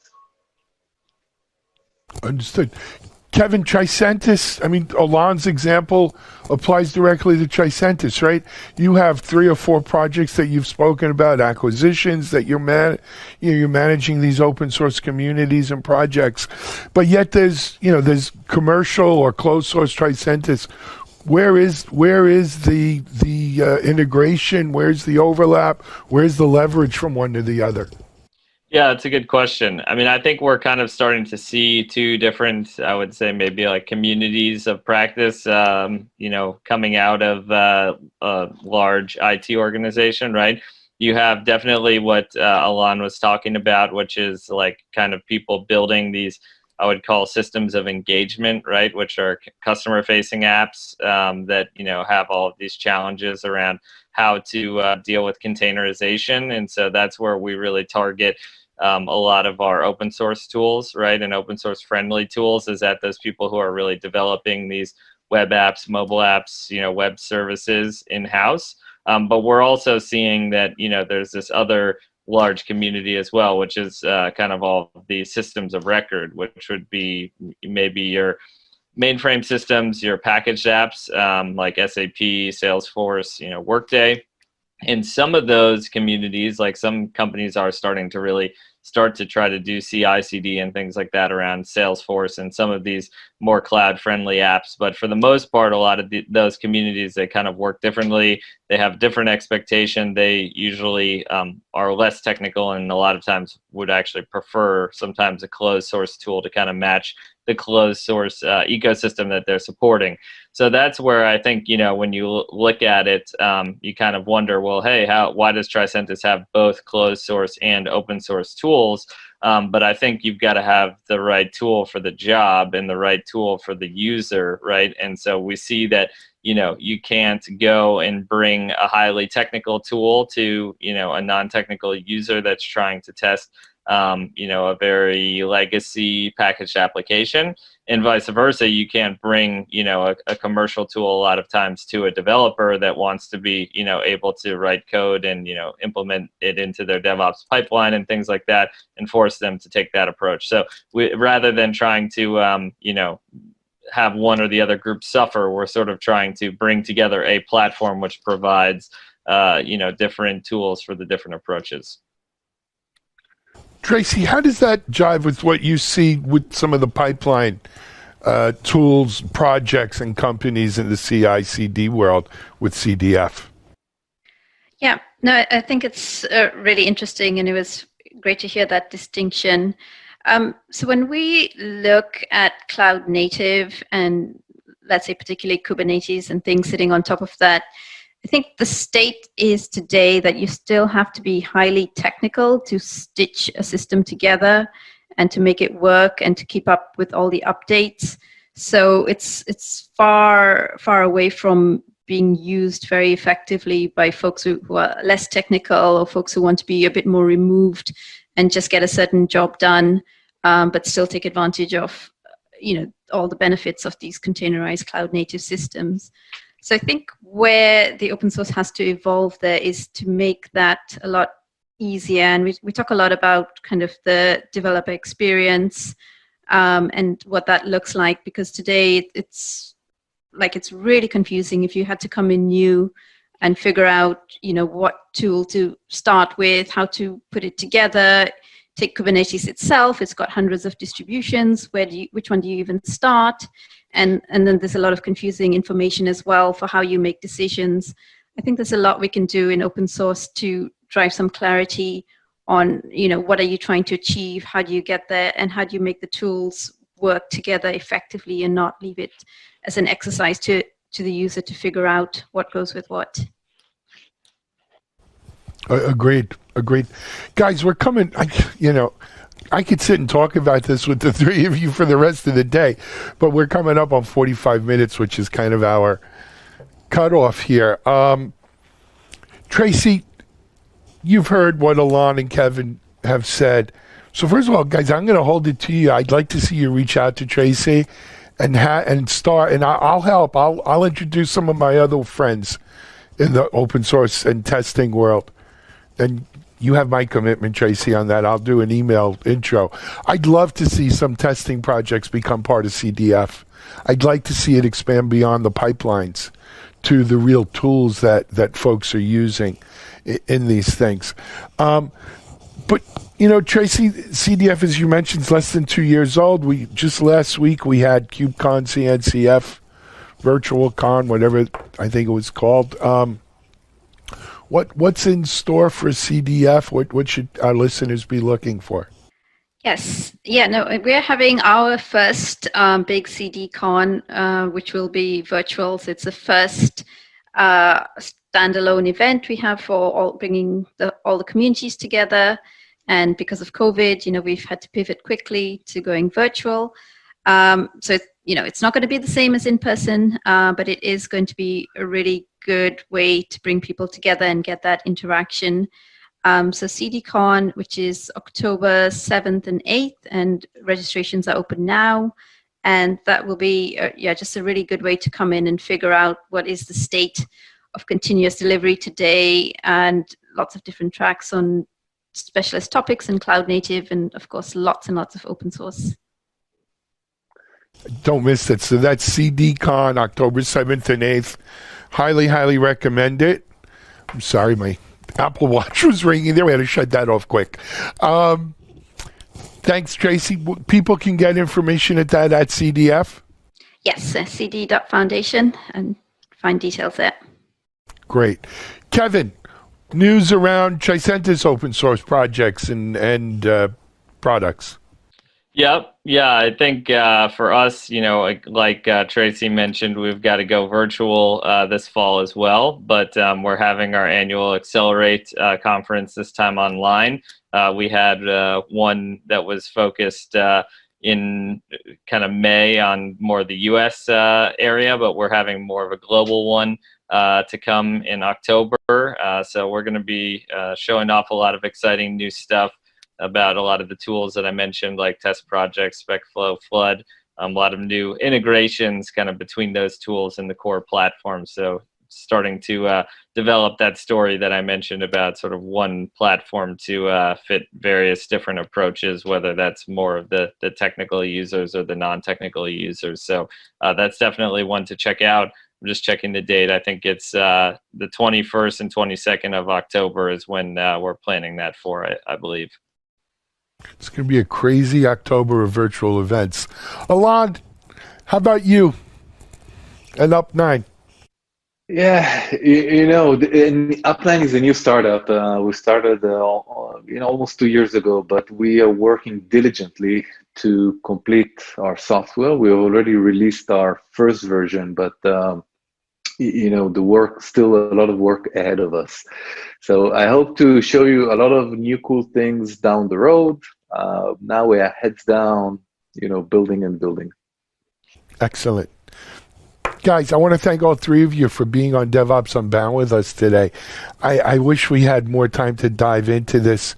There's so much even the idea of having a CDF versus, let's say, 5 or 10 years ago, if I told you we were going to have something called a CDF, you wouldn't believe me, right? You would think, what do we need this for?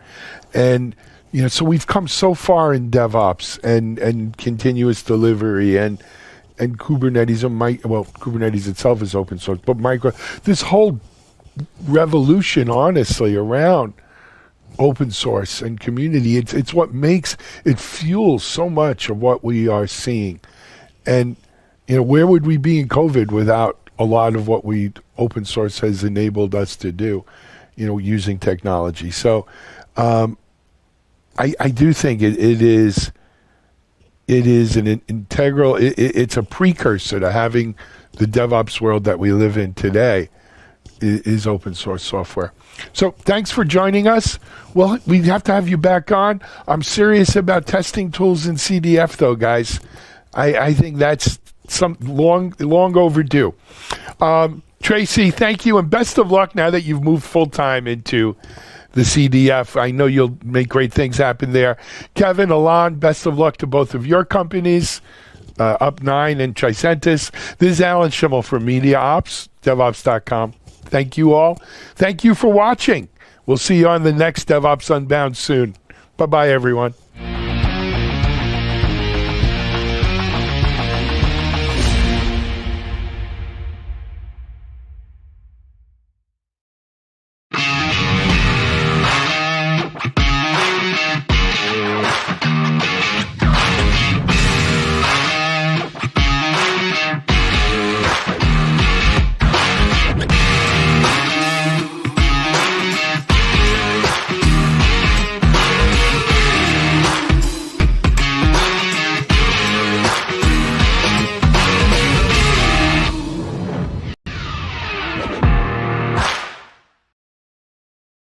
For something old today, we're jumping in to TechStrong Con and featuring Liz Rice. Liz is an amazing woman. She's on the board of the CNCF as well as an executive at Aqua Security, and one of the leading lights in the world of container security, cloud native security.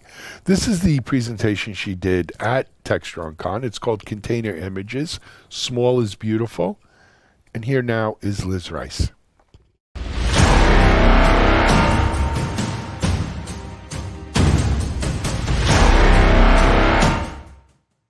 Hi, my name's Liz Rice. I look after open source engineering at Aqua Security, and Aqua Security helps enterprises. We have products to help enterprises with securing their cloud native deployments. I'm also involved with the CNCF. I chair the Technical Oversight Committee of the CNCF. And so I'm pretty embedded in the world of cloud native and containers. And today I wanted to talk about container images, and in particular, why small container images are a really good thing. If we're going to talk about why small container images are good, it's a good idea if we dive into what we find inside a container image in the first place. Then we can talk about why small images are better and how you can go about making your images smaller than perhaps they are today. So, what's inside a container image? I'm going to guess that most of you have some familiarity with using tools like Docker to run containers. So you're used to the idea of Docker pull to get hold of an image that you can then run. Inside that container image, there's basically two sets of information. There's a root file system and some configuration information. When you run a container based on that container image, the root file system populates the file system that you can see from inside the container. So if you're running a container and you look in root using something like ls, you'd see the set of directories and files that came from that container image root file system. And then the configuration information is information about how that container should run. So things like whether there are any resource limits set up using cgroups. Maybe there are some environment variables that are defined. And that information is all held in the configuration part of the container image. Now, You're used to the idea of doing Docker pull and maybe Docker inspect that you can use to see information about a container image, but it's pretty hard to actually get inside the contents of a container image. So I'm going to use some tools to take a Docker image and convert it into OCI format. OCI is the Open Containers Initiative, and it standardizes these formats for container images. So I'm going to use a tool called Scopio to take a Docker image and convert it into what's called the distribution format for the OCI. That format is what a component like Containerd would get from an OCI compliant registry. That format is still compressed and relatively opaque. So I'm going to use another tool called Umochi to unpack that image into what's called a runtime bundle. And it's the runtime bundle that a tool like runc would use to actually instantiate a container. So let's have a look at some OCI images. Okay, so I'm going to start by using Scopio to copy. I'm going to use the Ubuntu image as a pretty familiar image that we may all have used before. And I'm copying that into OCI format, and I want it to live in a directory called Ubuntu, and I'm going to give it the tag latest. So that's just going to get hold of that image from the Docker registry. It's copying those blobs. And now if I look inside the Ubuntu directory, I've got a subdirectory called blobs. Inside that, there's just one directory called SHA-256. And inside there, I have some files. Let's just take a look at the file type of one of those. As an example, I'll use that first one. And we can see that it's gzip compressed data. This is these sort of layers of the file system in compressed format. So still pretty hard for us to see exactly what's inside. But now I can use Umochi to unpack that image. So I'm going to take the Ubuntu image, which is tagged latest, and I'm going to convert that into a runtime bundle, and I'm going to call that Ubuntu bundle. And if I now look inside the Ubuntu bundle that we've just created, we can see some config information and a root file system. And let's look inside that root file system, and we can see that set of directories, just what you would expect to see if you were running an Ubuntu VM. It would look exactly like that set of directories. We can also take a quick look at the config information. And you can see things like the environment variables and the capabilities that are going to be granted to this container. This is all that configuration information about how to run this container.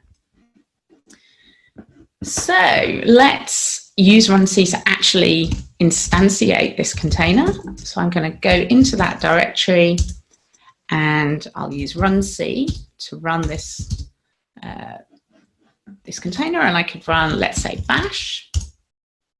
Now I'm inside a container. We can kind of see that the prompt has changed. I can confirm that it is a container by looking at the running processes. I'm not seeing anything across the whole virtual machine. I'm just seeing these limited set of processes from my container. And if I list what's in the root directory, it's exactly what we saw earlier in that root file system. So that's how we get the root file system that's visible from inside the container. Okay. So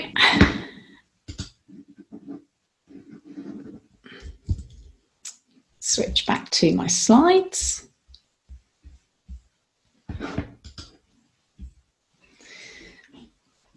So the size of the image that we retrieve from Docker or in a OCI format is largely determined by the contents of that root file system. The more files there are inside that root file system, the bigger the image is inevitably going to be.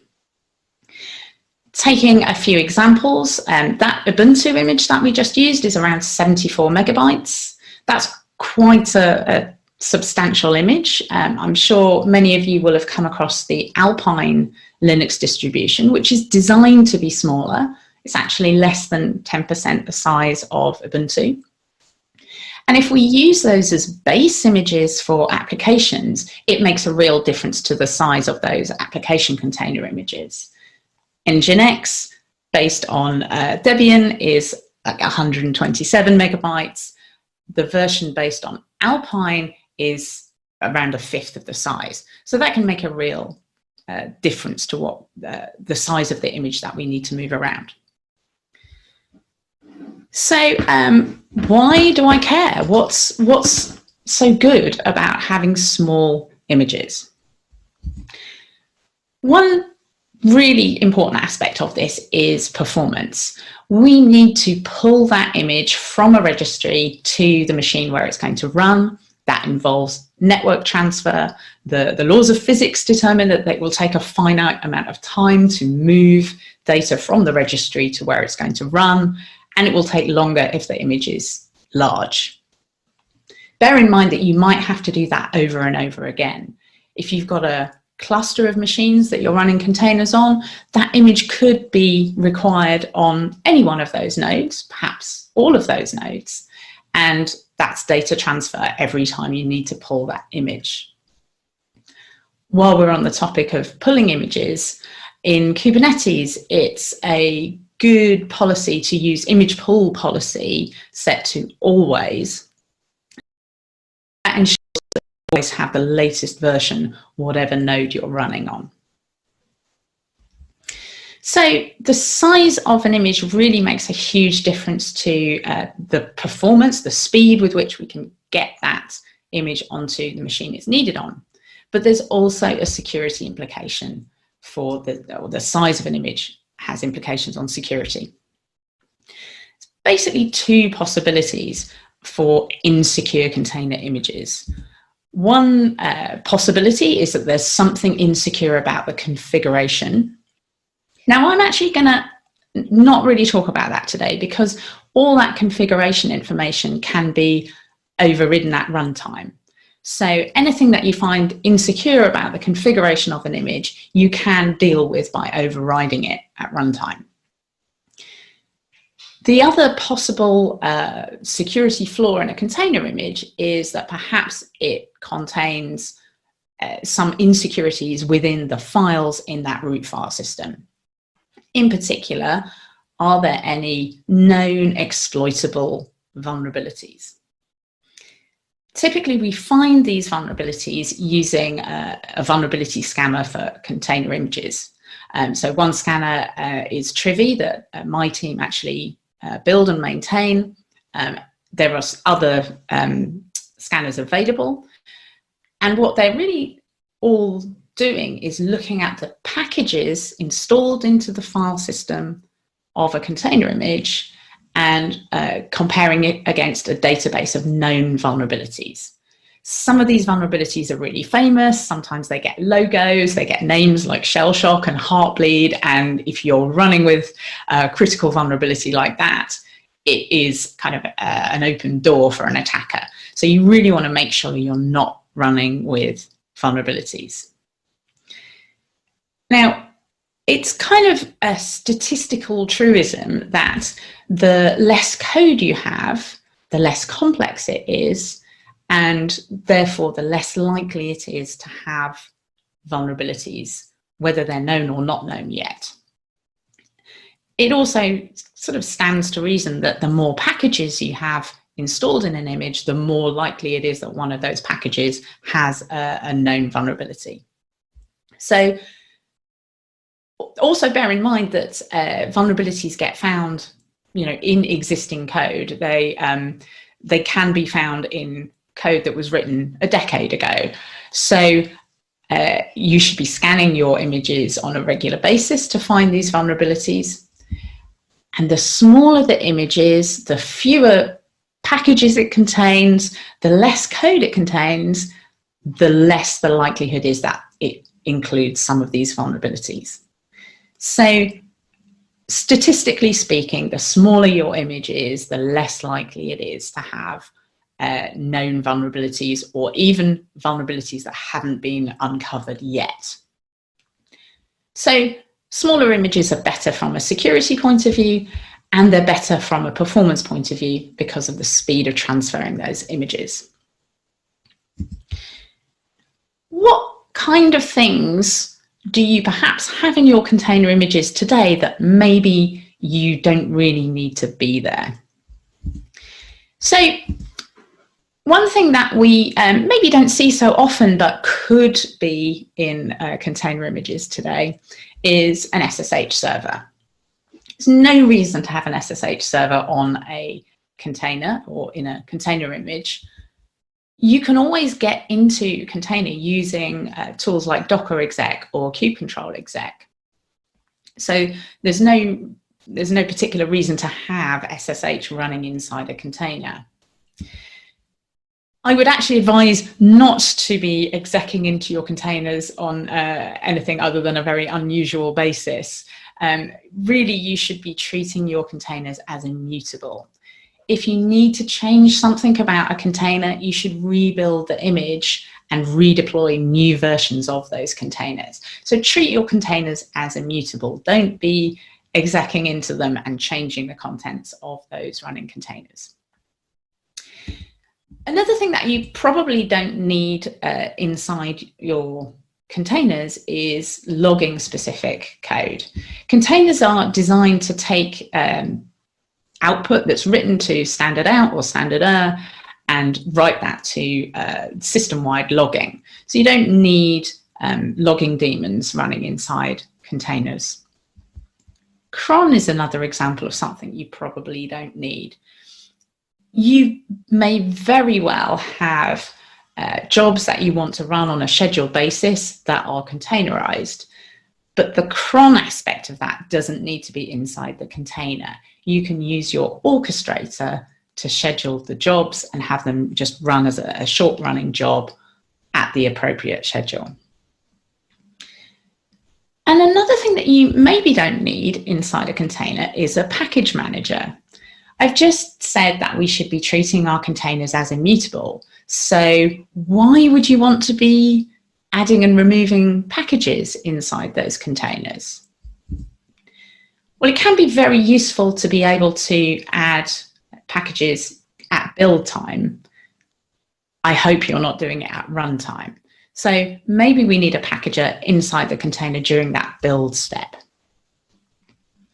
Some other things to consider that maybe we don't need inside containers. How about shells? A shell can be a hugely useful tool for an attacker that gets into your container. So it might be nice to remove shells from container images so that attackers can't take advantage of them.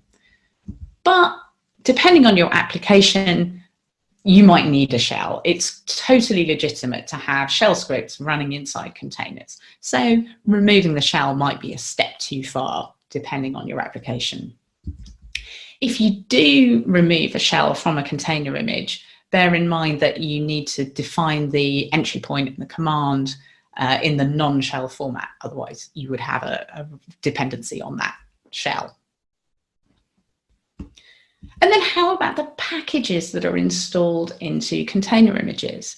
You really want to make sure that you only have the packages that your application really needs. Some examples of packages that you maybe don't need and that maybe should ring an alarm bell.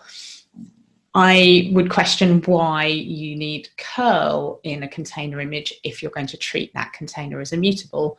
Why would you be downloading code using curl? SSH.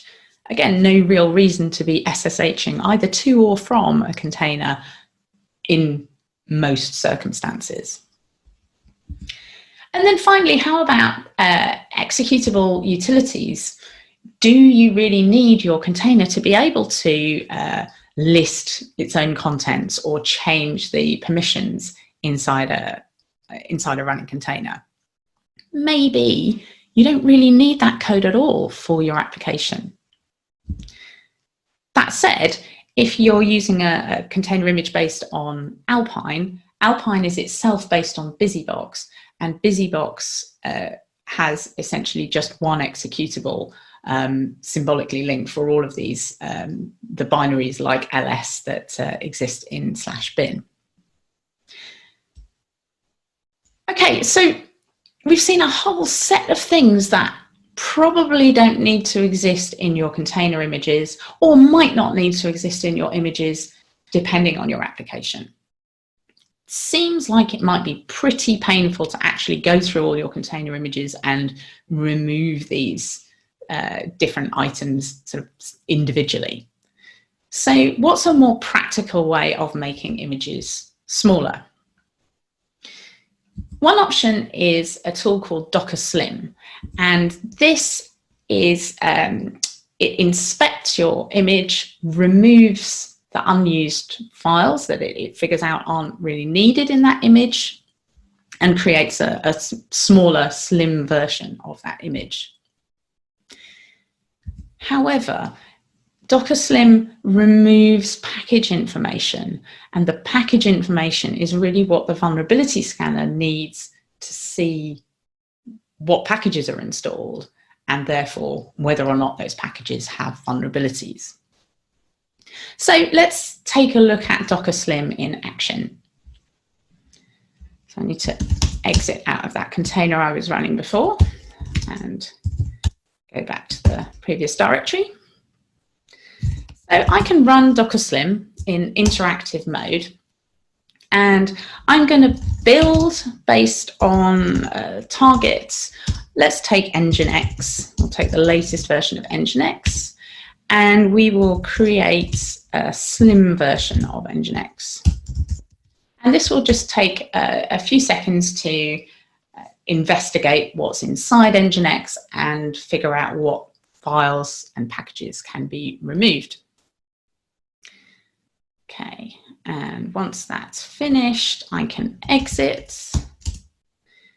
And now if I do, I list the Nginx images, we can see that that slim version that I've just created is dramatically smaller even than the Alpine-based version of Nginx. So it's kind of half the size.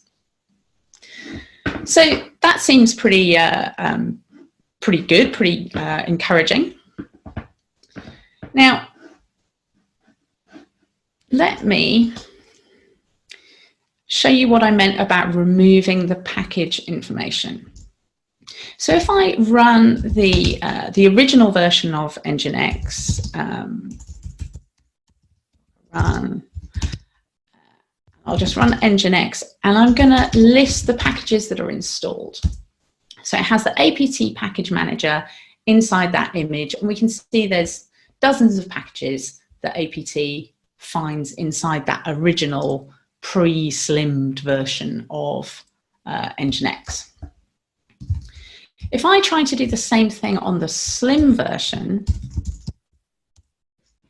it's not going to work because that apt package manager is one of the things that Docker Slim recognized wasn't needed to run Nginx, so it's been removed.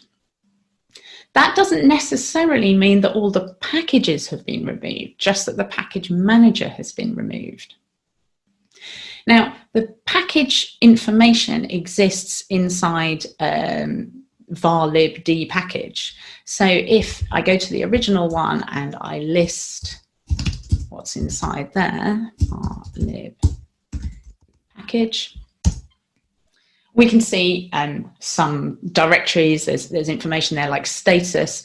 This is the information that vulnerability scanners will use to determine which packages are contained inside the image, and therefore whether or not they're vulnerable or not. I can't just list what's inside the slim version. Let's just try it. I can't do it because that executable ls is one of the things that Docker Slim has removed. But what I could do is do what we did earlier, use Scopio and Emoji to convert that Nginx Slim image into OCI format and then into the runtime bundle, and then we can look at the file system. And I actually already did this. So I have an Nginx Slim bundle, and inside that we'd find a root file system. There is a var directory, but there's no var lib. There's only var cache, var log, and var run. So this package information has been removed from the image. And because of that, a vulnerability scanner wouldn't be able to determine whether or not this slimmed down image has any known vulnerabilities or not.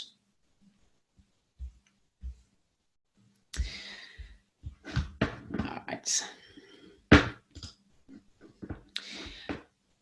Another option for small images is Distroless. This is a project by Google to create a set of minimal images for different languages.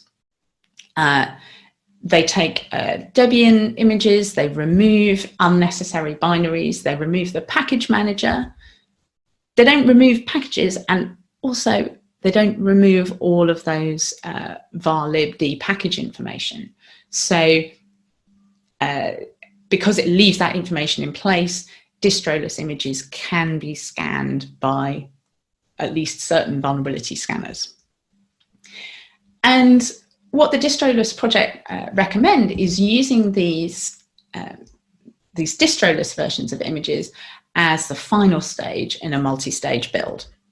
So I've taken this example Docker file straight from the Distroless project. It's showing an example of building a Java application. So the first 5 lines of this Docker file use the Java toolchain to build that application. And then the last few lines start from that Distroless image, the base image for Java, copies the application into this Distroless image. And so we end up with a Distroless image and just the application and what it needs in order to run. We don't need the whole build toolchain. And there's examples of Distroless for a variety of different languages.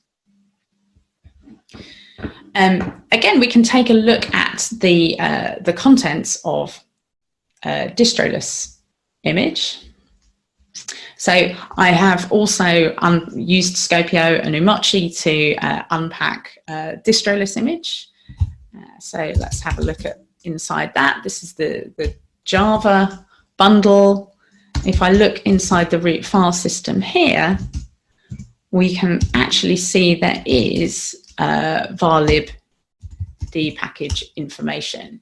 It's actually all contained inside this status D information. This is sufficient for, certainly Trivy can use this information to determine which packages are installed inside this information. So you can build these small images based on Distroless without sacrificing the ability to scan for vulnerabilities. Now, the most extreme small image that we can use is the Scratch image. Scratch is kind of a base image. It's not really even a base image. It's more a reserved word in Docker representing an empty image with nothing. Imagine that root file system with no files, no directories, nothing. And then you can use this in Docker files in the from command. So you can start with from scratch and add in whatever files your application container is going to need. My example there is imagining having a single executable called hello and just copying that single file into the container image. If you don't need any packages, you can't have any known package vulnerabilities. They can't exist if there are no packages. So using the Scratch container as a basis can be a really effective way of avoiding any of these known package vulnerabilities, particularly if you're using a language that compiles to standalone executables. So if you're using languages like Go or C, Scratch could be a really great option. One gotcha is that if you're using secure connections, TLS connections, sometimes known as SSL connections, your binary might need to be able to verify certificates with the component that it's setting up connections with. And in order to verify certificates, it will need certificate authority information. So you would need to add the certificate authority files into your Scratch-based image. That is one thing that people do sometimes get caught out by. But Scratch can be a hugely valuable way of getting tiny images. You might want to consider using it in a multi-stage build where you have a first stage similar to what we saw with Distroless that uses the language toolchain in that first build step, and then has a final stage that starts from scratch and copies the executable and any other dependencies, any other necessary files into the Scratch or into an image based on Scratch, starting from nothing.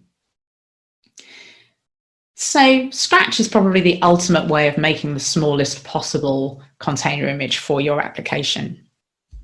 But size isn't the only thing you should consider. There are other things you should take into account.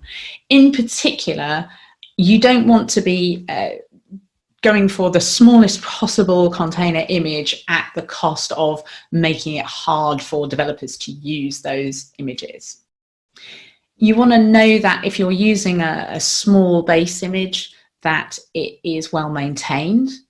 And if it's got any packages at all, you want to make sure that those packages don't have vulnerabilities.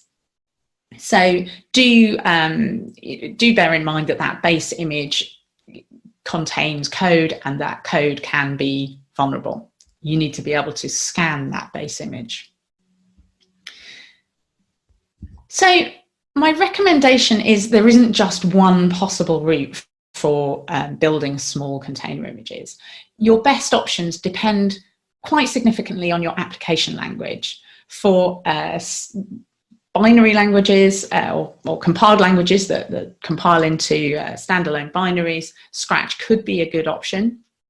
You may want to look at other smaller base images like Distroless, possibly like Alpine, as the starting point for other interpreted languages. It is probably a good idea to try to find images that aren't based on the entire full distribution. For example, if you take a desktop distribution, there's going to be a whole lot of things that your container doesn't need, and that's wasteful.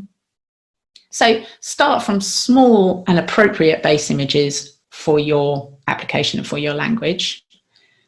Consider using multi-stage builds to avoid having those sort of tool chain requirements in the final container.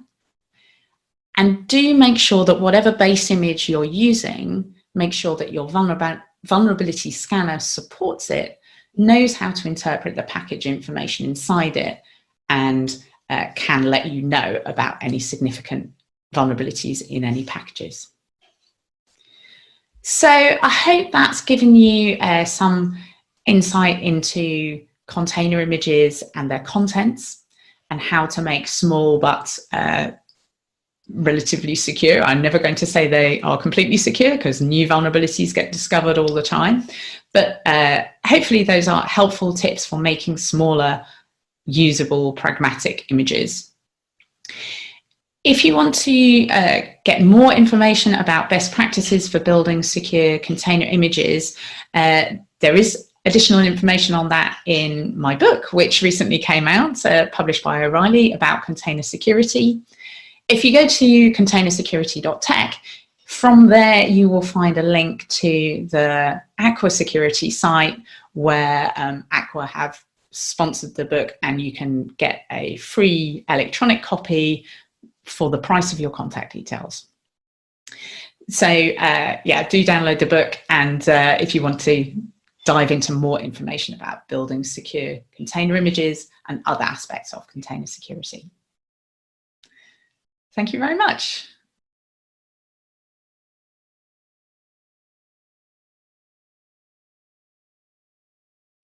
Okay, hope you enjoyed Liz Rice's session from TechStrong Con. I should mention that Liz is also keynoting our upcoming Operationalizing Cloud Native with Kubernetes, and that's on October 1st of this year. And Liz is among several great speakers, many of whom are actually on the board at CNCF, including CNCF ED, Executive Director.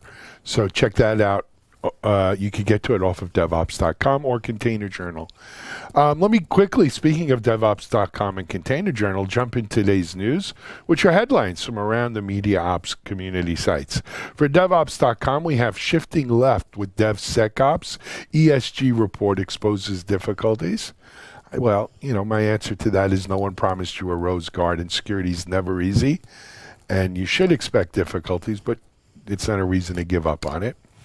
Next, how centralized log management can save your company. Also, Progress acquires Chef to expand DevOps portfolio. So this was bigger news to me, I guess, than it was to the rest of the world. You know, when I first started devops.com, Chef and of course Puppet, you almost have to say them together, were at the top of the heap of the DevOps world. They didn't get any bigger. And the acquisition by Progress was rather quiet, frankly. And, you know, and I didn't really think of Progress as an acquirer for Chef. But I'm glad to see that they have found a partner, and I hope this maybe leads to a resurgence of Chef's relevance and dominance in the DevOps world. So congratulations to all of my friends at Chef. Next up, we also have news on Micro Focus as they launch a hybrid cloud platform. And our good friends at Tricentis, and that hopefully you enjoyed Devops Unbound series episode earlier today. Tricentis adds serverless or ServiceNow support. Excuse me. Over on Container Journal, we have Puppet taps KOTS from replicated to simplify software delivery, and Red Hat OpenShift, Red Hat OpenShift opens. We're going to say that again because this is a little bit of a tongue twister. Red Hat opens OpenShift marketplaces, and Sally sells seashells by the seashore. Over on Security Boulevard is secure immutable infrastructure a myth? So my view on that, I first of all, it's a good article. Go check it out. I think it's not a myth. I just think a lot of people choose not to do it, even though they can. And then lastly, understanding the tactics of ransomware attackers. It's been a lot devoted to this subject. And, you know, at the end of the day, their tactics change because they try to stay one step ahead. But it's hard. And you know, why we're still dealing with this scourge kind of bums me out. But understanding the tactics of ransomware attackers. That being said, that's the news around the community sites for Media Ops today. It's now time to head over to Charlene O'Hanlon, who has a great interview as well as a webinar preview. Charlene, take it away. This is Digital Anarchist. Hey everybody, welcome back to TechStrong TV. I'm Charlene O'Hanlon, Managing Editor at Media Ops, and I am here today with Mehdi Dowdy, who is the CEO of Catchpoint. He's a return visitor to the TechStrong TV, and so I first of all want to welcome you back. Thank you so much for taking a couple minutes and talking with me today. My pleasure, Charlene. Thank you so much for having me back. Well, it's the content is always fascinating, so I'd love to have you back anytime. But today we're going to be talking about a new report that you guys have just come out called the 2020 New Normal Study. What's that all about? So what we decided to do is survey CIOs and ask them about how do they see the world going forward from their perspective, from their vantage point. What are their challenges managing IT organizations and delivering what the CIOs deliver?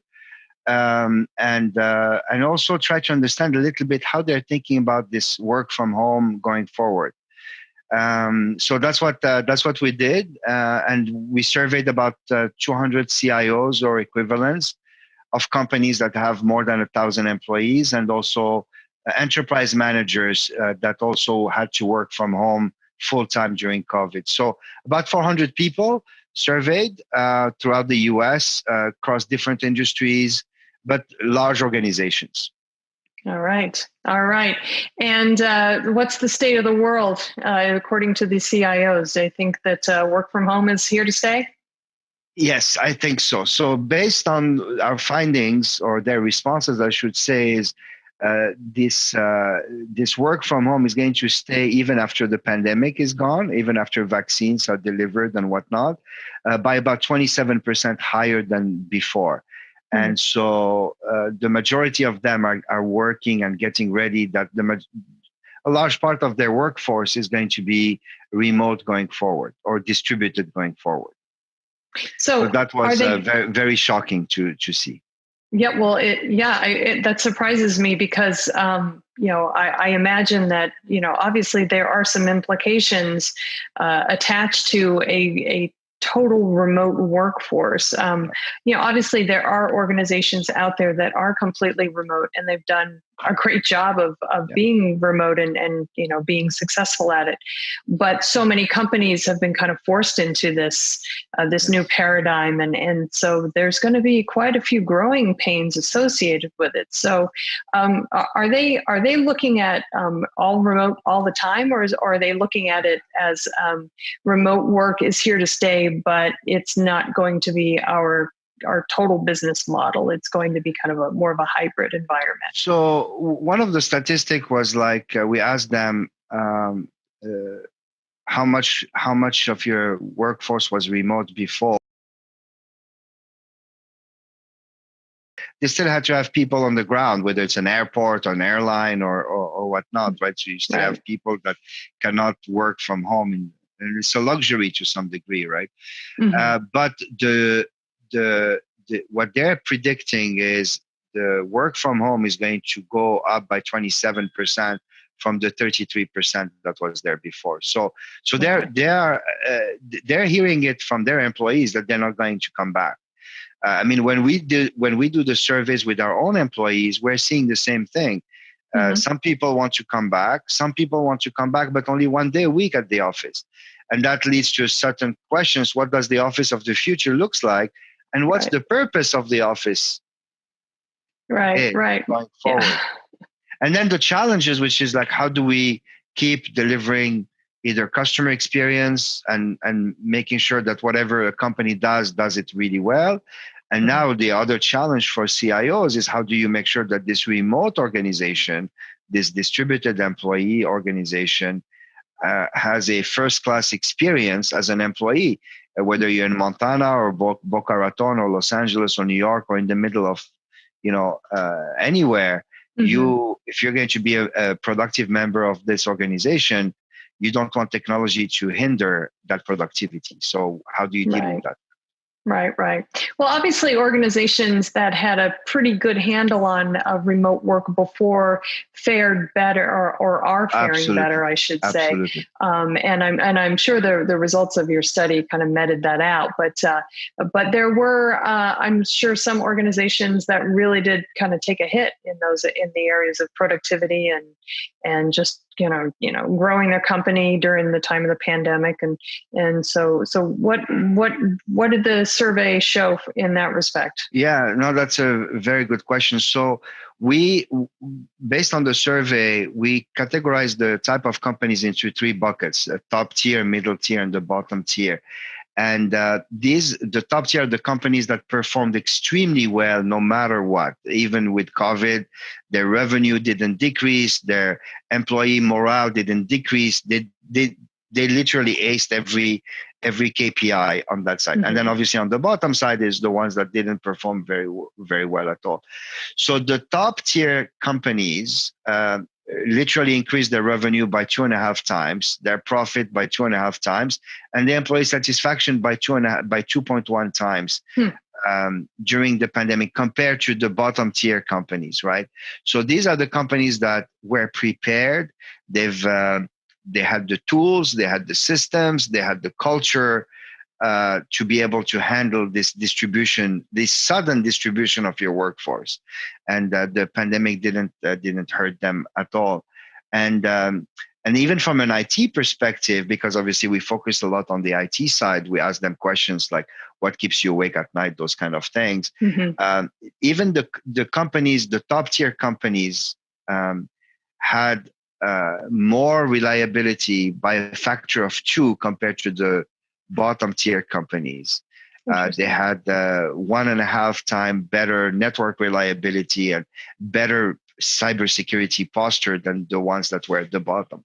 So there are companies that were ready, prepared, flexible. They've trained. They had plans. They had all of that, and they had a culture in a way as well, because cybersecurity is not something that you can turn on overnight. It's a culture. Either you've been planning that. The same thing with reliability. It's either your company has a culture of reliability and performance and all of that, or they don't. You don't. It doesn't. I wish you could flip a switch and you have it, but it doesn't work that way. Yeah. Well, I will say from our company's experience, we didn't, because of TechStrong TV, we aren't able to do a fully remote workforce because we need to have some folks actually doing production in the office. But everybody else was sent home, and they're still working from home, and they're still very happy doing it. So, we are going to keep our office open, but it's not going to, the boss is discouraging, folks from coming into the office unless they absolutely have to.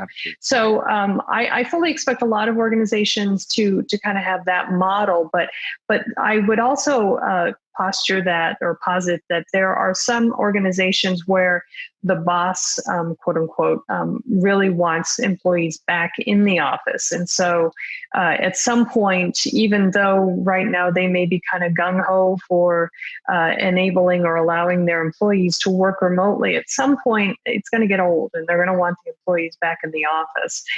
Did your report have any indications that might actually be the case with some of these companies? No, we didn't go there, but obviously we talked to a lot of companies, including ourselves, and looking at some other companies in our space.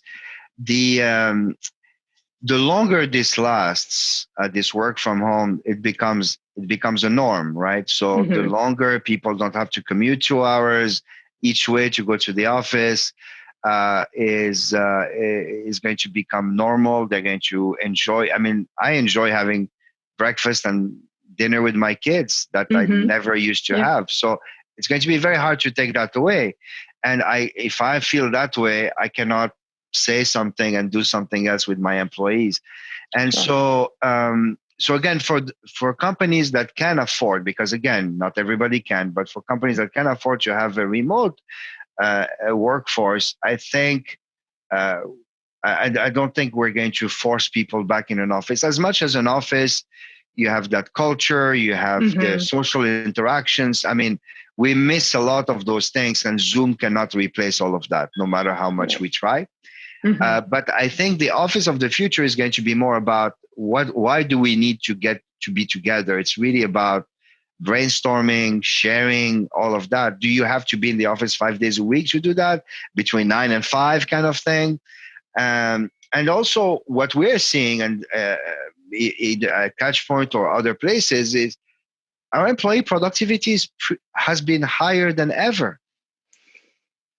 Because we're not focusing on the wrong things, where before people would focus on, so and so is late because they came at 9:30 instead of 9, and then focusing on these limits that we put on ourselves, 9 to 5, for example.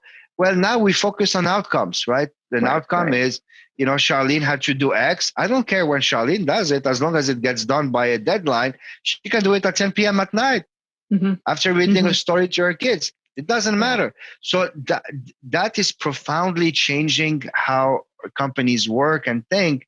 And and some of this stuff you can't take back at some point after a while. It's going to be very hard. I would agree with you, and I think that you're spot on when it comes to kind of those priorities changing, and people are focusing more on the work rather than the state of the company, if you will. So recognizing that people do have a life outside the office, and this really does shine a spotlight on the fact that that we are productive human beings in general, and we can actually human beings work first. Yeah, exactly. But Charlene, there's still what we found is not necessarily from this survey, but from other discussions. There's still two challenges that I don't think anybody has a solution to yet. One of them is onboarding new employees. That is very, very difficult because there is a lot of tribal knowledge, the water cooler, the kitchen, and those are very, very, very difficult to do. The other one is when you hire a college kid out of college. And our job as a company is to take this new brain, a new person, and take them through a journey so they can become amazing, right? Super productive. They can be successful, all that stuff. And we are finding that's one of the hardest things to do is making sure that these young employees are fully onboarded and fully absorbed by the system. Where before you would just grab Sally, hey, I'm going to this conference room to talk to customers, so and so. Why don't you come and listen in so you can learn? When you're doing it remotely, it's a little bit hard to think about, hey, let me go and grab Sally to bring her to the Zoom. Yep, I agree. And for the new employees, whether they're just out of college or they're just coming into the company, they certainly do miss that not just the tribal knowledge, as you said, but also the kind of the social aspect of getting to know other people and attaining that level of comfort that sometimes you just don't really get with Zoom. I totally agree with you. Yeah. So, all right. Well, if folks want to take a look at the survey, how would they access it? So we're going to make that available very shortly on our website, and it has some amazing data. But just I will leave you with a little nugget of advice for all the companies out there that want to come out of this stronger, like some of the top tier companies. Focus on your customer experience, focus on your employee experience, give them the tools. And for the employees, it's not just giving Zoom or whatever. You have to train people, you have to enable people how to use technology. So technology becomes an enabler rather than making feel people they don't know how to use Zoom or they don't know how to use whatever technology you're giving them. So focus on the enablement of your employees around the tools, and so they can be productive and they can be so they don't feel bad about not knowing how to unmute or something like that. Right. And then on the customer side, just be laser focused on your reliability, your performance, because this is not the time to lose customers. All right. Well, as always, thank you so much for taking the time and having the discussion with me. It's always great to see you. My pleasure, Charlene. Thank you so much again. All right, everybody, please stick around. We have lots more TechStrong TV coming up, so stay tuned.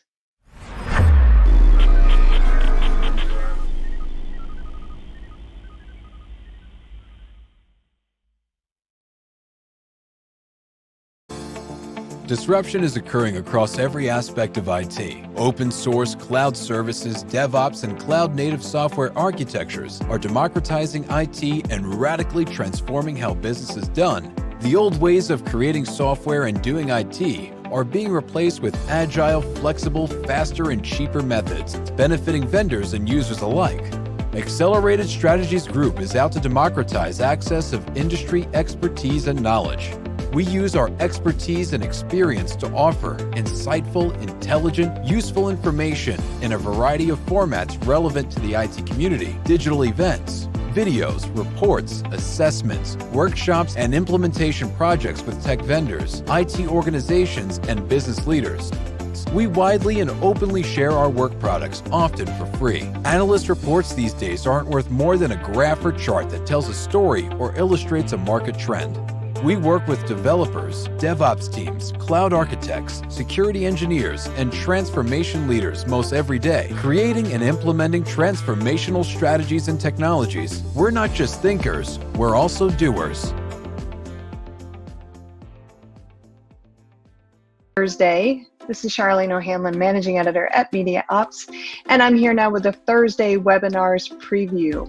We have so many great webinars coming up on Devops.com and Security Boulevard. Hopefully, you'll be able to carve out some time in your busy schedule to join us for at least one or two of them.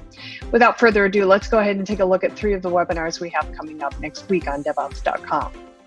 The first one is called Protecting Data in Red Hat OpenShift. DevOps that scales with your Kubernetes deployments. It seems like this week is actually going to be all about Kubernetes because this is the first of 3 Kubernetes related webinars. This one is happening Monday, September 14th at 1 p.m. Eastern, and as I said, it's on devops.com. It's sponsored by Red Hat Marketplace and Zetaset.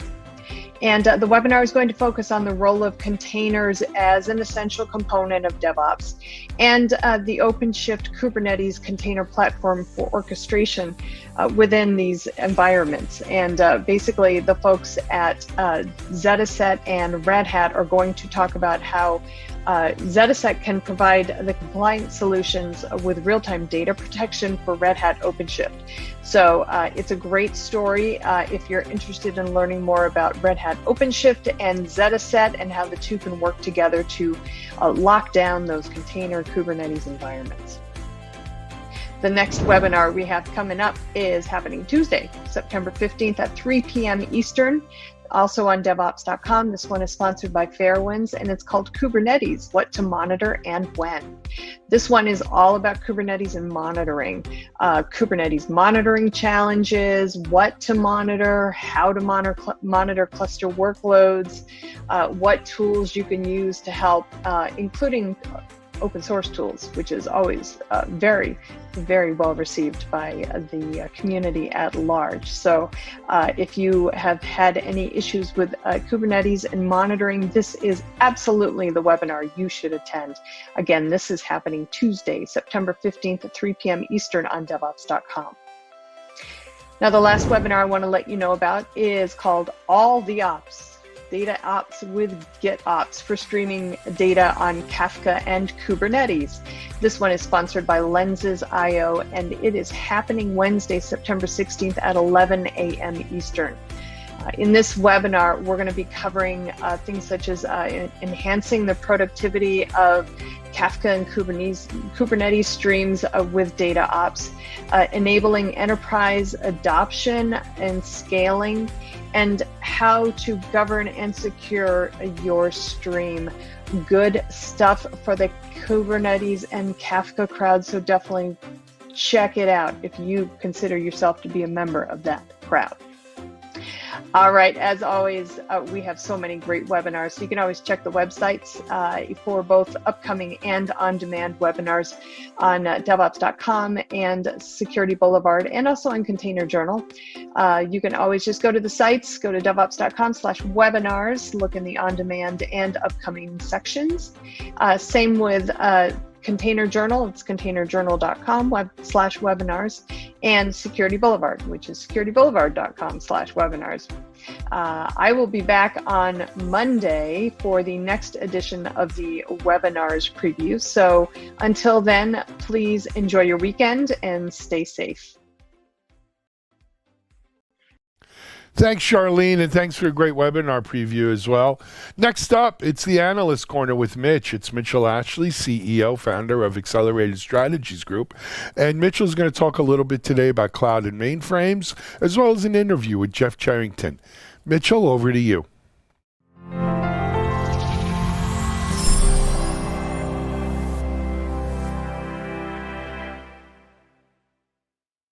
Welcome to Analyst Corner. Mitch Ashley, CEO with the Accelerated Strategies Group. We've got a new report coming out, some new research that I wanted to share with you. We actually have several projects coming in the pipeline, but the most recent one or current one is around cloud and mainframe strategies. Now, I want to back up for a moment, and since this is commentary, I want to share with you just a little bit of perspective. I started out my career doing kind of dual kind of work. PCs are relatively new. I'd started a little personal business writing software for my father's medical office and trying to sell that to his friends, and kind of got down this PC path. At the same time, I was doing mainframe applications. That was what they were teaching in school. Both, but primarily mainframe applications, IBM, those environments. And I went into banking and et cetera, et cetera. You don't want to know my whole career. But the point is I started in this mainframe environment, really concentrated on that pretty heavily for about 5-7 years or so, first part of my career. But the latter part of that, I really started moving into client server and kind of keeping up in database and data modeling and system architecture and all kinds of great things. And GUIs, UIs, Macs came out and all that kind of stuff.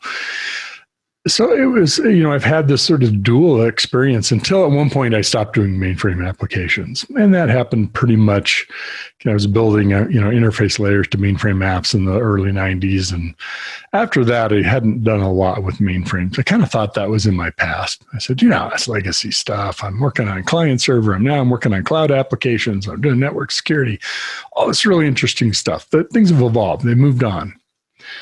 Well, interestingly enough, now that I'm in this analyst role, the whole mainframe world has come rushing back into my world. And I'm using terms and reflecting back on things I knew from way back when and talking about IMS databases and DB2 and CICS and JCL and you name it. There's new things, but there's all the things I worked on are still there in some form or another. And I pity the folks that have to maintain any code that I wrote way back then. But the point being of all this is, who knew that would be a big part of what I'm working on these days? And I think it's representative of how important mainframes are to our environment. Now, if I said that to your typical startup, they would say, what are you talking about? Mainframes, that's like old stuff. But then again, I just have a briefing with another company who is looking at some kind of code analysis type tools around mainframe technologies, as well as client server and I guess more modernly thinking of cloud native applications. But it is part of our environment. And I think we just like to focus so much on the shiny new stuff that it's really easy to say, oh yeah, that's back there and don't need to worry about it. Well, guess what? Mainframes are super important. When you think about, the share community puts on a conference every year and they have some really great stats, like 30 billion transactions a day are processed on mainframe environments. 80% of the world's business data is warehoused or located on mainframe environments. 90% of all credit card transactions. Maybe that's getting whittled away over time. Maybe that's accelerating too as more and more transactions happen. And I know from my own experience, you love to think about the next generation of technology or refreshing something up to the current generation or technology or standardizing on certain technologies so you simplify your environment. Rarely does that make sense to do. And I don't mean this cynically, but replacing apps, especially apps you've built, is extremely hard. First, it's hard to justify, hard to cost justify, because what are we going to get? Usually there's soft benefits to that. The architecture is better. It can be more distributed. We can take care of advantage of cloud. We can do whatever. Okay, you have to turn those into real financial numbers. So how are we going to if we're going to spend that kind of money, either replacing it with a third-party app or rebuilding something critical to our business, it's pretty hard to justify. And to be honest with you, many of those projects fail. That's what I've seen happen. They are not easy to make happen. If you've ever been on a billing project to rewrite a billing system, that's fraught with danger. At least it has in my experience. So kind of back to this theme about mainframes is they are a huge critical part of our IT environment, of our data fabric, of our business processing environment. And yes, we're doing microservices and cloud native and containers and Kubernetes container management systems, and all kinds of great things with new apps. But we also have a world that isn't of that architecture. And there's a common misunderstanding, I think, around DevOps and Agile of, the certain technology stacks are just so inflexible, or they're so old, or whatever kind of reason gets made up, that they don't really apply to that. Well, that flies in the face, to me anyway, of what are the key principles around methodologies or approaches like DevOps and Agile. They're non-technology specific. They are not about requiring a certain technology. Some things may be easier to do. Some things may be more challenging, but not the whole thing, not the whole adoption of DevOps or Agile. So this is what in part kicked off some research that we did, and it's built upon a number of things. Some an experience base working in mainframes and kind of catching up what's happening in mainframes and keeping up on that. But it's also understanding the environment that we're in right now. Mainframes are getting attention. I think we all saw a number of months ago these urgent call for COBOL programmers by states for the unemployment systems to be able to issue checks because they didn't have the resources to implement the economic recovery bills that were adopted by the federal government for unemployment, and adding to that to help people sustain during the current economic times that we're in. So that kind of put a little bit of a spotlight, but I think even more so now, it's part of this fabric of applications and underlying technologies that businesses not only have to manage and keep running, but as they're going to accelerate through an economic downturn into recovery, maybe adopt some very different kinds of strategies, business and technology, but also be able to be nimble and react to what's happening in the marketplace and the unevenness of economic recoveries across the globe. There are so many different factors that say flexibility, flexibility, flexibility. Give me something, some way that I can do quickly, make a difference immediately, experiment, fail fast when I need to, understand that I've failed and I need to make a course correction, but don't overinvest in it. You can't do that if you're going to leave half of your infrastructure or some significant portion of your business behind and say, we're just going to write that off as it's old stuff, so it doesn't use modern techniques, and we'll just do that on the new things. So we've issued this report. It's coming out this week. It was actually commissioned by company called ASG Technologies, unaffiliated with Accelerated Strategies Group. And I'll talk more about this in specifics as part of the launch of that. But it's really examining, that's part of the legacy imperative of we have to have mainframes as part of our strategy. And we are doing ourselves a disservice by not adopting DevOps and Agile approaches to those environments. And if you have, congratulations, fantastic. I think you're on the right path. And so I lay out in this research, in this report, some recommendations around 5 critical strategies for cloud and mainframe. And it's really built around the idea of you don't adopt things, whether it's a new technology and be able to financially justify the business benefits you're going to get, or adopt an approach, a method. Why are we going to do DevOps, or why are we going to do Agile? What's really driving that besides somebody who had an inspiration to say, we should do this. It's the current thing. It's important. It's useful, blah, blah, blah. But why? I think the organization needs a why behind why we're doing this. Otherwise it becomes, I remember one point in my career, I worked for a large company where everything was a program, and every 6 months a new program would come out, and we all knew that in 6 months, this too shall pass. And the next thing will be, and will come, and we'll be on the next thing. And I think those cycles happens in organizations, not just large. But that's what we don't want to do. We don't want to treat DevOps or Agile as fads. We want to understand why we're doing this. Like if we're doing DevOps, Is it really to do, 10 deploys into production an hour? Maybe that makes no sense for our business. You wouldn't do that, or we wouldn't be able to consume that, or the customers wouldn't. Maybe there are other real drivers around why we might want to do DevOps or Agile. We could talk about what those are, but I think the organization has to adopt its own why, and that can help drive then subsequent strategies around the cultural shift that happens around DevOps. And cultures don't change easily, and DevOps does require some fundamental things about how people work together. Doesn't mean you're going to turn your culture 180 degrees and make it something it's not, but you got to build off of what the strengths and the characteristics of your culture are. Help you with an adoption plan, really laying out what parts of this are we going to adopt? How far are we going to take it? Is it going to include part of a modernization effort of taking some mainframe applications and starting to implement some flexibility into .NET applications to microservices or whatever it might be? Why would we want to do that? And then let's really understand how we start to do that. Because you just don't want to turn something loose to the whole organization and say, okay, the flag now is called DevOps. Ready, set, go. We all run. Guess what? You'll have a whole bunch of failures, and even the successes will be overshadowed by those few, by the overwhelming failures. Or you'll get just such a sub-optimized approach. You're not going to get a lot of the benefits of it, or it will be very localized to individual teams.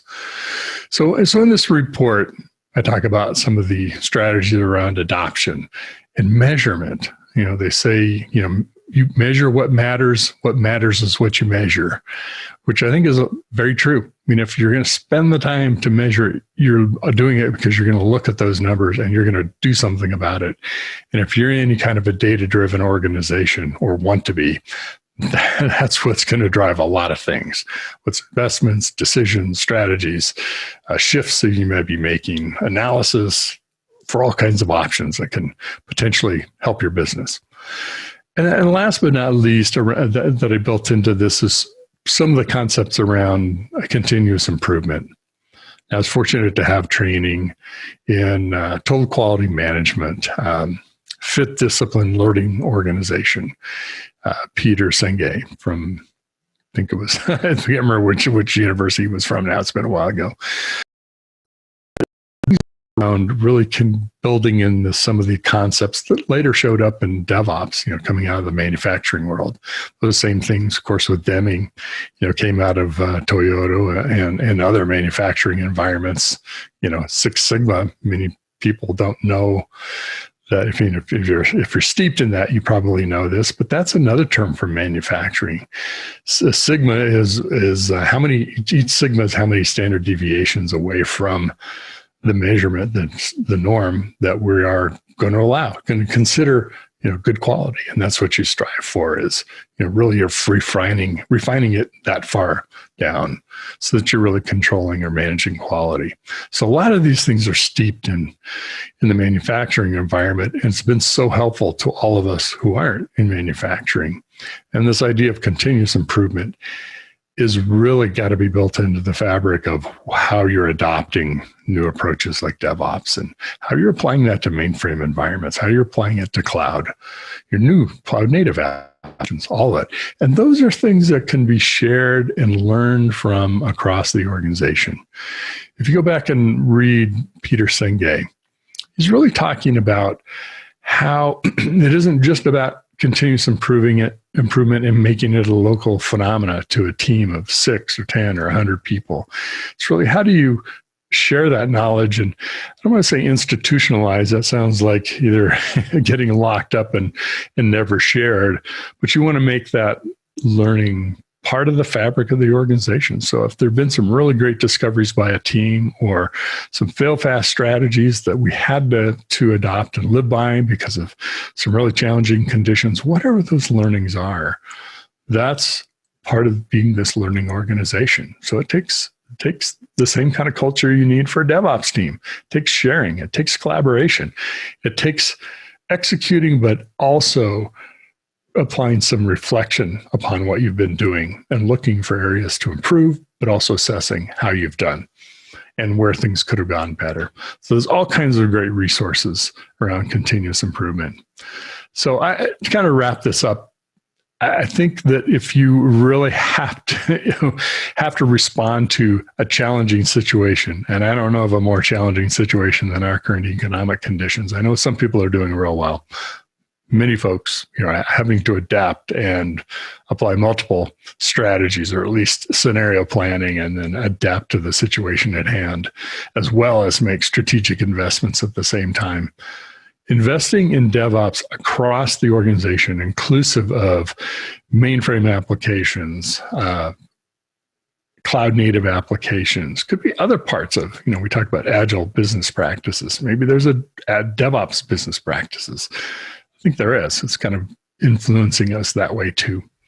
So I look forward to sharing that with you more. And actually, we're scheduling today, following this Analyst Corner, we're going to show another video segment that I did with the folks at ASG Technologies, who sponsored this research, who share some really good insights, because they're dealing with customers across both the cloud and mainframe perspective, and have some really good insights. And they're good folks, with Jeff Charrington and Anna Murray, who are really great guests. So I look forward to sharing that interview with you in just a few minutes. Thanks for joining.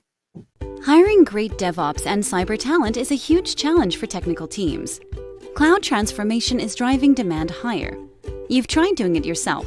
Job boards, LinkedIn, didn't work. Recruiters are an option, but who do you trust and not waste your time and money? RecruitOps is the new way to source engineering talent.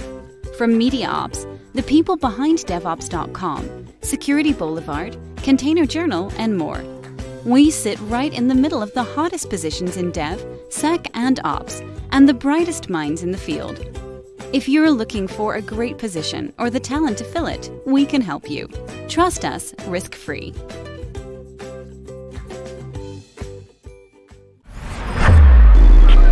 This is Digital Anarchist.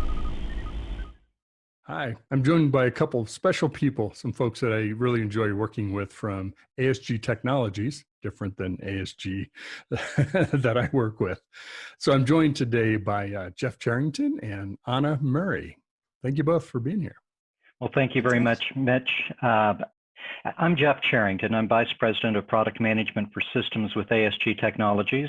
Many of you may know ASG. We've been in enterprise infrastructure management software for over 40 years, and certainly hold a prominent position as well in enterprise content management.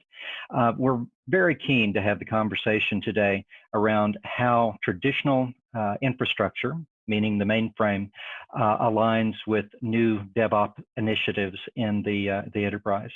Anna, if you would introduce yourself. Sure. Hi, my name is Anna Murray, and I'm a Senior Product Manager with ASG Technologies, and I work with Jeff Charrington.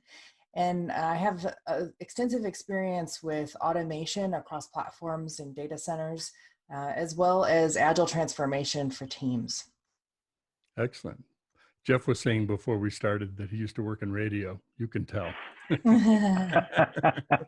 comfortable behind a microphone, no doubt. No doubt. We were talking about everybody's on video these days, so that's awesome. Well, great. We've been doing some work together, and we do have a report coming out to kind of pre-announce that. We'll talk about that a little bit later. But there's a lot of myth about DevOps and mainframes. I know even some analysts, I won't name any names, have said they're two different paths. You shouldn't try to do both. I think the jury has started to change their mind on that. Why do you think some of those myths have existed of, no, we can't do DevOps on mainframe environments? Do you want to start, Jeff? I think I will. And then I'm sure Anna's got some thoughts that she'll want to contribute. It's certainly a reality within the industry that we're going through a generational shift around our leadership for IT, whether it's infrastructure or application development. There are those who are still working daily, like myself, who represent the traditions of IT from the very beginnings back in the 1960s. And then there are others who are certainly much younger and certainly have much different experiences. which may not include any exposure to the mainframe. And as a consequence, there might be some resistance, there might be a little bit of anxiety about the technology, and it can be formidable to approach if you don't have appropriate background. The things that we'd love to talk to, though, is that the mainframe as traditional technology still performs incredibly important roles within the enterprise. And at the end of the day, DevOps is much more about technique than technology, and it can apply as easily to mainframe and should as it does to any other part of the IT infrastructure. Anna, do you have some thoughts to build on that? Sure. You know, as I think about the generation gap that you're talking about, you know, I kind of come on the other end, but I'm Gen X. And so we were the generation that said, oh, the mainframe's dying, right? So, you know, that obviously I've learned that's totally wrong. And the generation coming after is coming in to learn the mainframe and realize how powerful it is, right? And so I think a lot of the leaders that are coming in are coming from this generation that didn't even think about mainframe for a while, right? And so they did all their planning and their agile transformation and their DevOps transformations thinking about the cloud and all of their Windows and Linux and Unix servers, and didn't even think about the mainframe. And so I think that's the other side of the gap that happens as the younger leaders are coming up. You know, especially I would say blame my generation the most, right? Because there's this gap. And learn more and make sure you're talking to both ends of the spectrum and learn about crossing the gap. And actually, the way I like to phrase it now is far less to use jargon like generational gap, but instead talk about generational bridge, because that's what I'm saying. That's so much better. We're seeing that the younger IT professionals are identifying that there's great opportunity to work with mainframe in the coming years. And so we see millennials, or is it Gen Y, the generation after yours, Anna, who are stepping forward and saying, this is really interesting. The mainframe does all of the technologies, that supports all of the technologies that I learned in university. I can do Java, I can do TCP/IP connections. I've got great sources for strong cryptography. It supports Unix. I can put Linux onto a mainframe LPAR.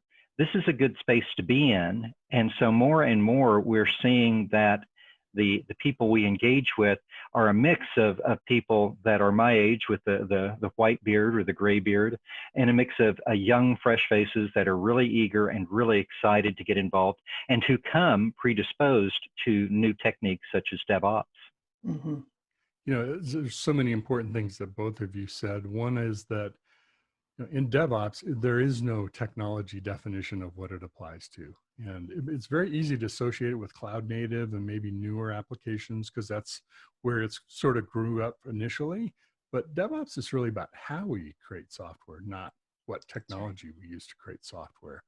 So, and it's about how teams collaborate. It's about how you share information. It's about how you get different functions from the business together in a collaborative team, kind of do things earlier in the process, do automation. All of that applies to the mainframe, of course, and there's tools to do much of what we've talked about. Maybe you can say a little bit about how people approach DevOps in the mainframe environment. You want to go, Anna? Right. Well, you know, when you approach DevOps in the mainframe environment, it's not so much just about the mainframe environment, but the company. The whole organization has to be behind DevOps. And there has to be leadership saying, hey, this is something we need across silos, right? And then you have to look at the tools available to you. The DevOps is a lot about the tool chain itself. There's hundreds of tools in that tool chain. And so you have to start looking for solutions that are going to meet your needs and help you cross those silos. You know, it's certainly true that everybody resists change. I think that's an innate part of human nature. But both Anna and I have seen that things of this nature can come forward, can be used with teams that are mainframe centric, perhaps have been doing things the way they've been doing them for 10 years or 20 years or 30 years. And there's natural resistance. Gosh, I've done things the way I've done them successfully for so long. Why should I change? Certainly, I've seen Agile adopted by mainframe development teams, sometimes kicking and screaming. But once the resistance curve is overcome, it becomes very productive and becomes very natural. And I think we're at that stage now in terms of adoption of DevOps for the entire enterprise infrastructure, from Windows all the way to the mainframe and on to the cloud, and even on to mobile, even as there are initial reactions of going, how can this apply? This is not something I learned when I went to my classes to learn more about the mainframe at Share in 1995 or 1985. But we have proof points. We have large international enterprises. We have small regional enterprises that are coming forward and saying, I must have mainframe. It plays a critical role for things that I need to do, particularly around payments processing, anything that needs highly available, real-time, online, absolute, reliable performance. And it is only part of my infrastructure. And I need to treat how I develop there the same way I treat developing anywhere else.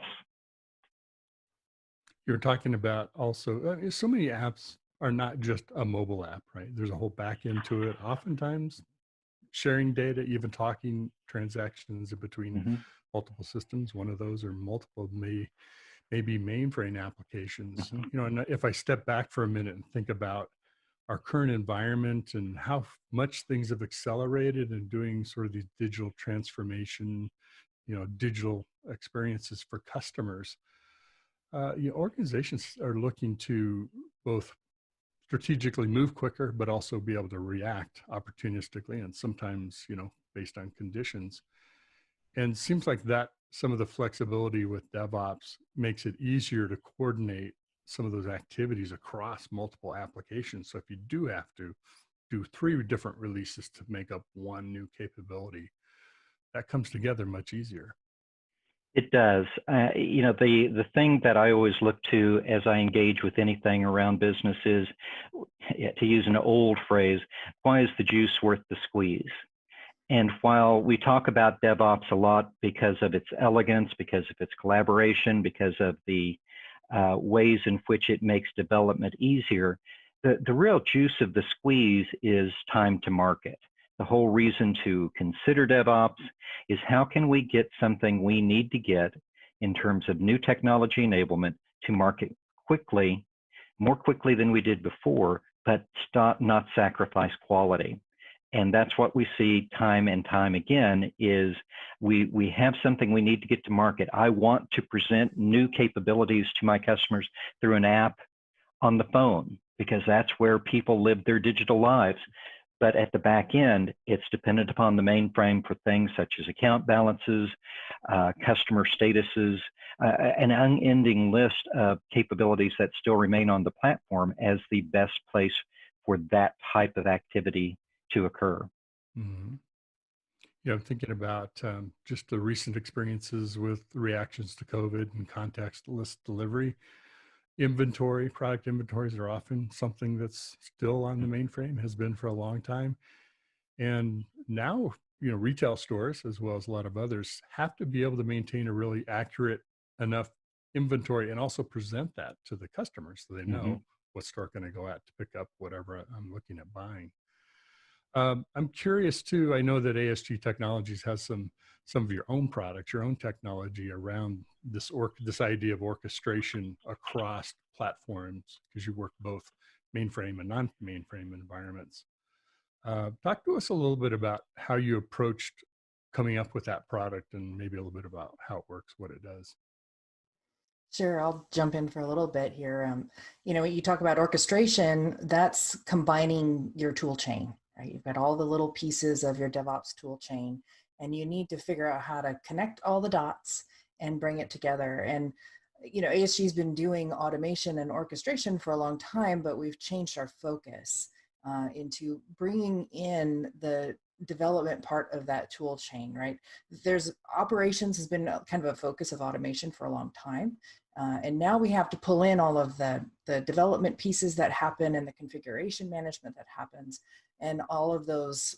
There's lots of little tools there, right? So we haven't tried to come at the market as trying to provide all the tools, but we're trying to provide some of them, right? And we definitely want to orchestrate as many as possible, right? And cover the entire environment for the customer.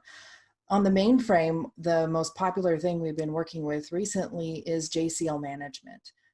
Every mainframe's running JCL, right? Nothing happens on the mainframe without it. And so making sure that there's a DevOps interface to your JCL management solution is really important. And so we've made an investment in making sure that ours has both an Eclipse plugin that makes it easier for the developers to interface with that JCL, as well as a RESTful web service API so that it can be integrated with building of the products and crossing across the silos to other products. Mm-hmm. And certainly in the approach that we've taken, we look to be a good citizen of the DevOps enterprise community. In the work that Anna and her team have done, we ensure that we support the most popular integrated development environments for doing this sort of work. So the JCL quality assurance and management offerings that we have for the mainframe are also certified for the CompuWare Topaz integrated development environment and for the IBM, what's the name of it again, Anna? It's IDZ.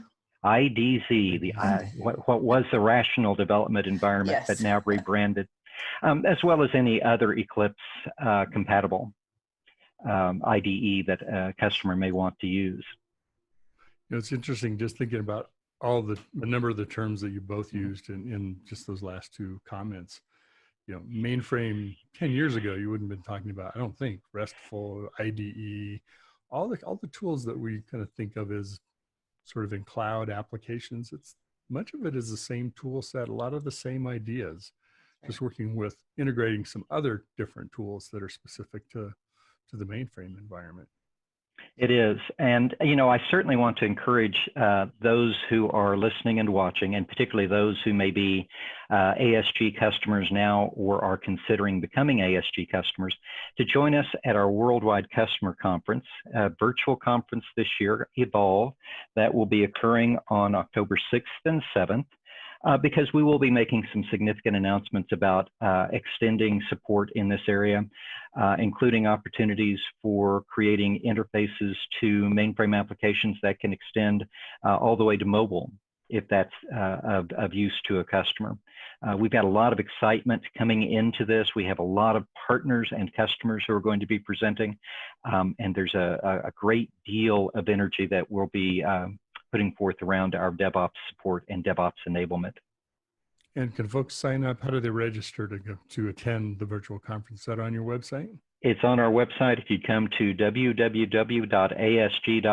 I'm sure you'll find something right on the homepage that says Evolve 2020, and it'll give you the opportunities to get, well, involved. Evolve and involved. Exactly. You know, the fact that you get to work with so many organizations that are adopting DevOps, I'm kind of curious about two things. How does the mainframe teams approach wanting to learn about DevOps and coming up to speed and trying it?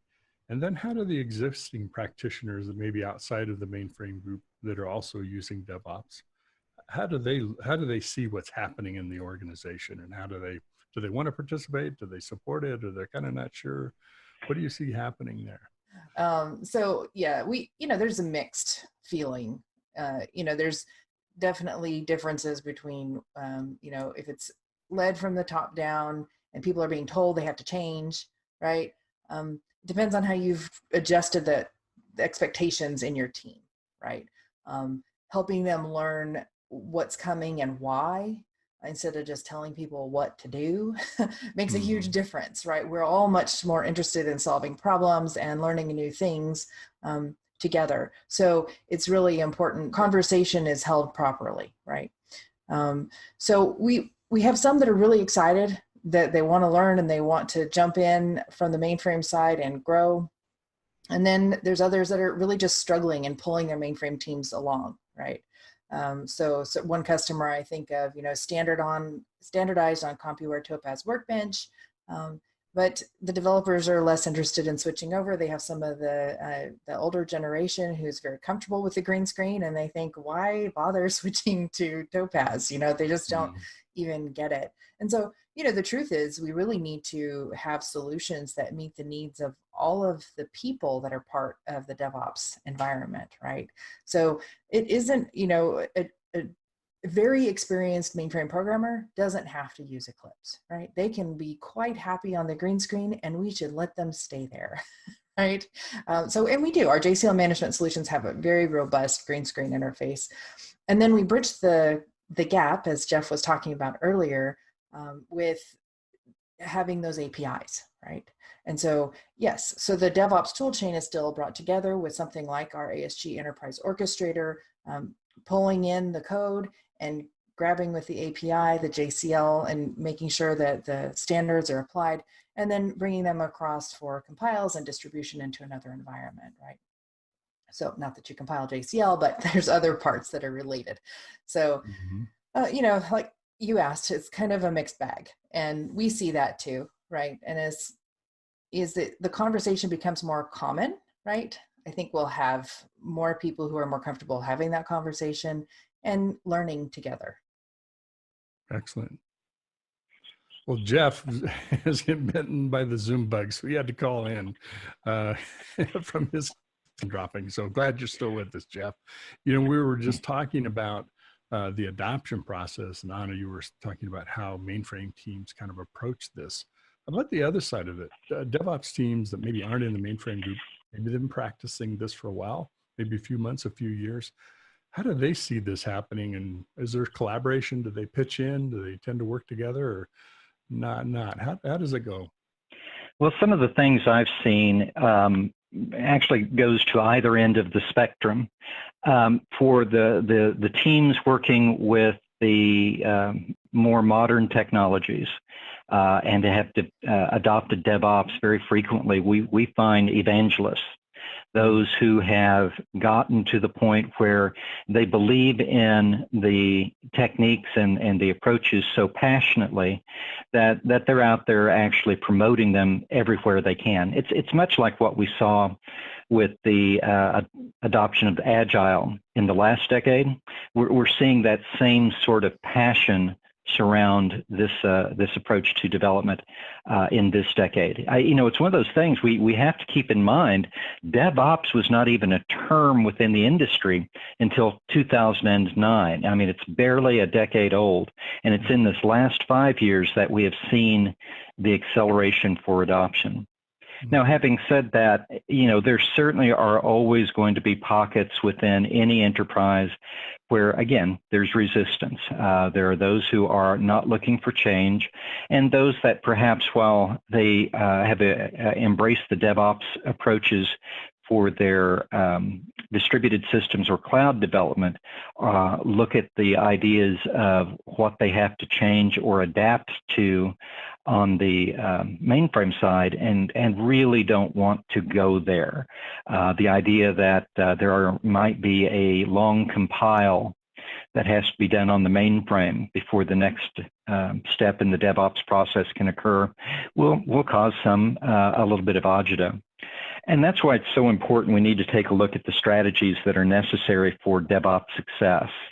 I think that's something that you speak to very eloquently, Mitch. And out of those steps, the one that I think is so critically important is culture shift. Just like with Agile adoption, DevOps adoption needs support from the top, and it needs to be constantly vocal support to help people pull through these resistance curves. Resistance curves are natural, and the quicker an enterprise gets through them, the quicker they get to a point that they're delivering new capabilities to market much more quickly. Well, thanks for your kind words about the culture too, and I want to get your thoughts on this, Anna. Culture is a lot of things, but I think we're all human at the end of the day, and none of us want to look dumb, right? We don't want to tackle something we don't know if we can learn, or maybe not kind of look so good in front of our peers if we're the ones behind the curve. And I think something that can help combat that is one of the principles of DevOps is sharing, is really, it's collaborating, but it's also sharing scripts, process, tools, content, methods, all of those kind of things, which if you truly adopt DevOps, as you said, Jeff, you can be an advocate and then also help people with that transition. And very quickly, they kind of get over that curve of, okay, all right, I'm familiar with this, as you mentioned, Anna. I can still use my green screen, or many of the tools that I'm already using, I'm just adding to kind of what I've been doing. So your thoughts, Anna?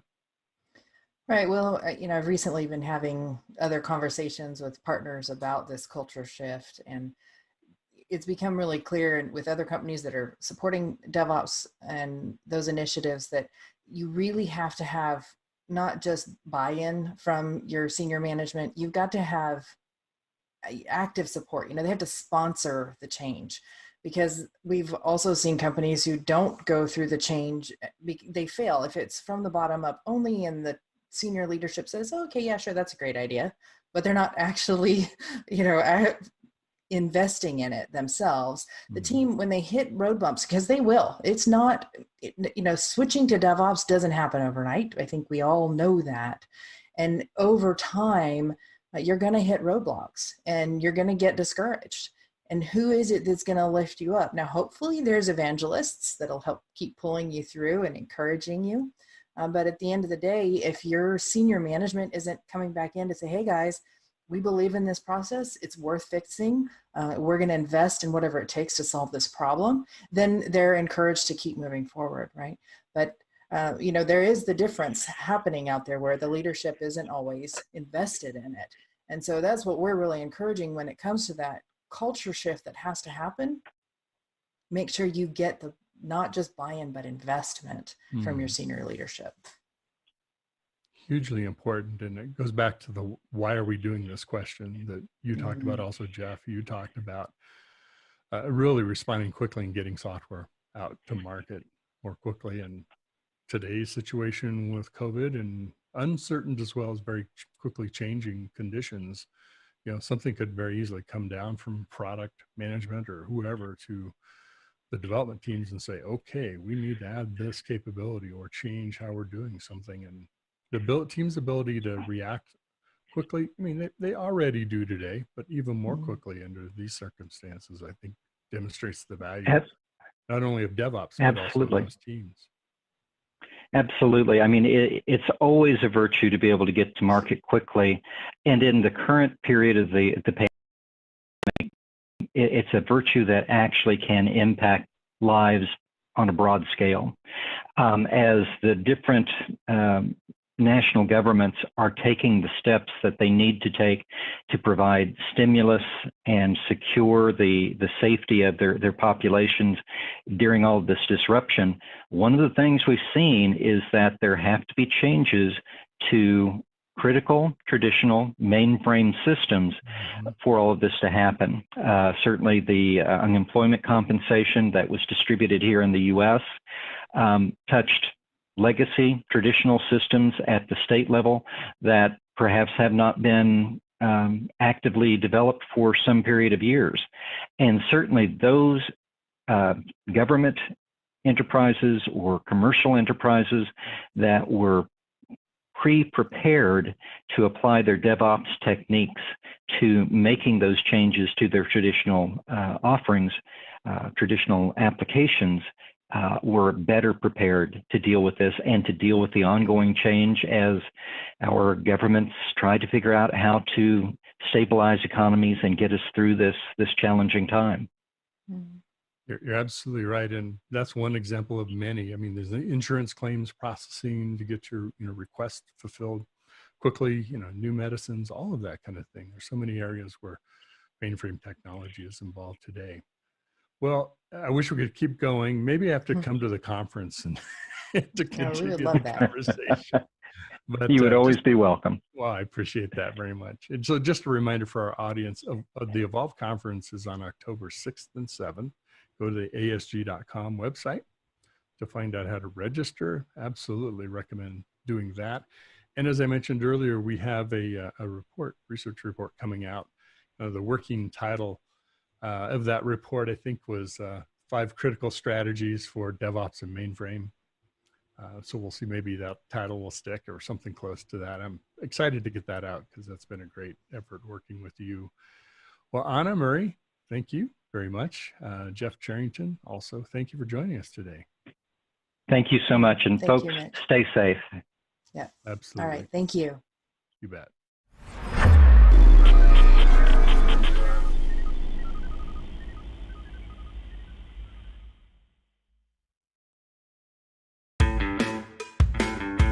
Join topic experts and peers for a Splunk virtual event.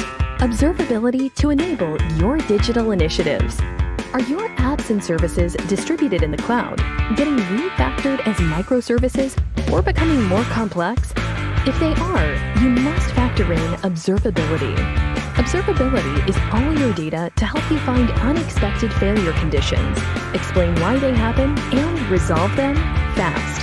This event is about the challenges, opportunities, and best practices to successfully build observability into everything you develop, deliver, or monitor. Register today. All right. Thanks very much, Mitch. Well, guys, that's going to put a wrap on today's show for Thursday, September 10th. We hope you've enjoyed this episode of TechStrong TV. We'll be back Monday with more fresh content. But until then, this is Alan Schimmel hoping you stay safe, stay well, stay strong. TechStrong. Bye-bye.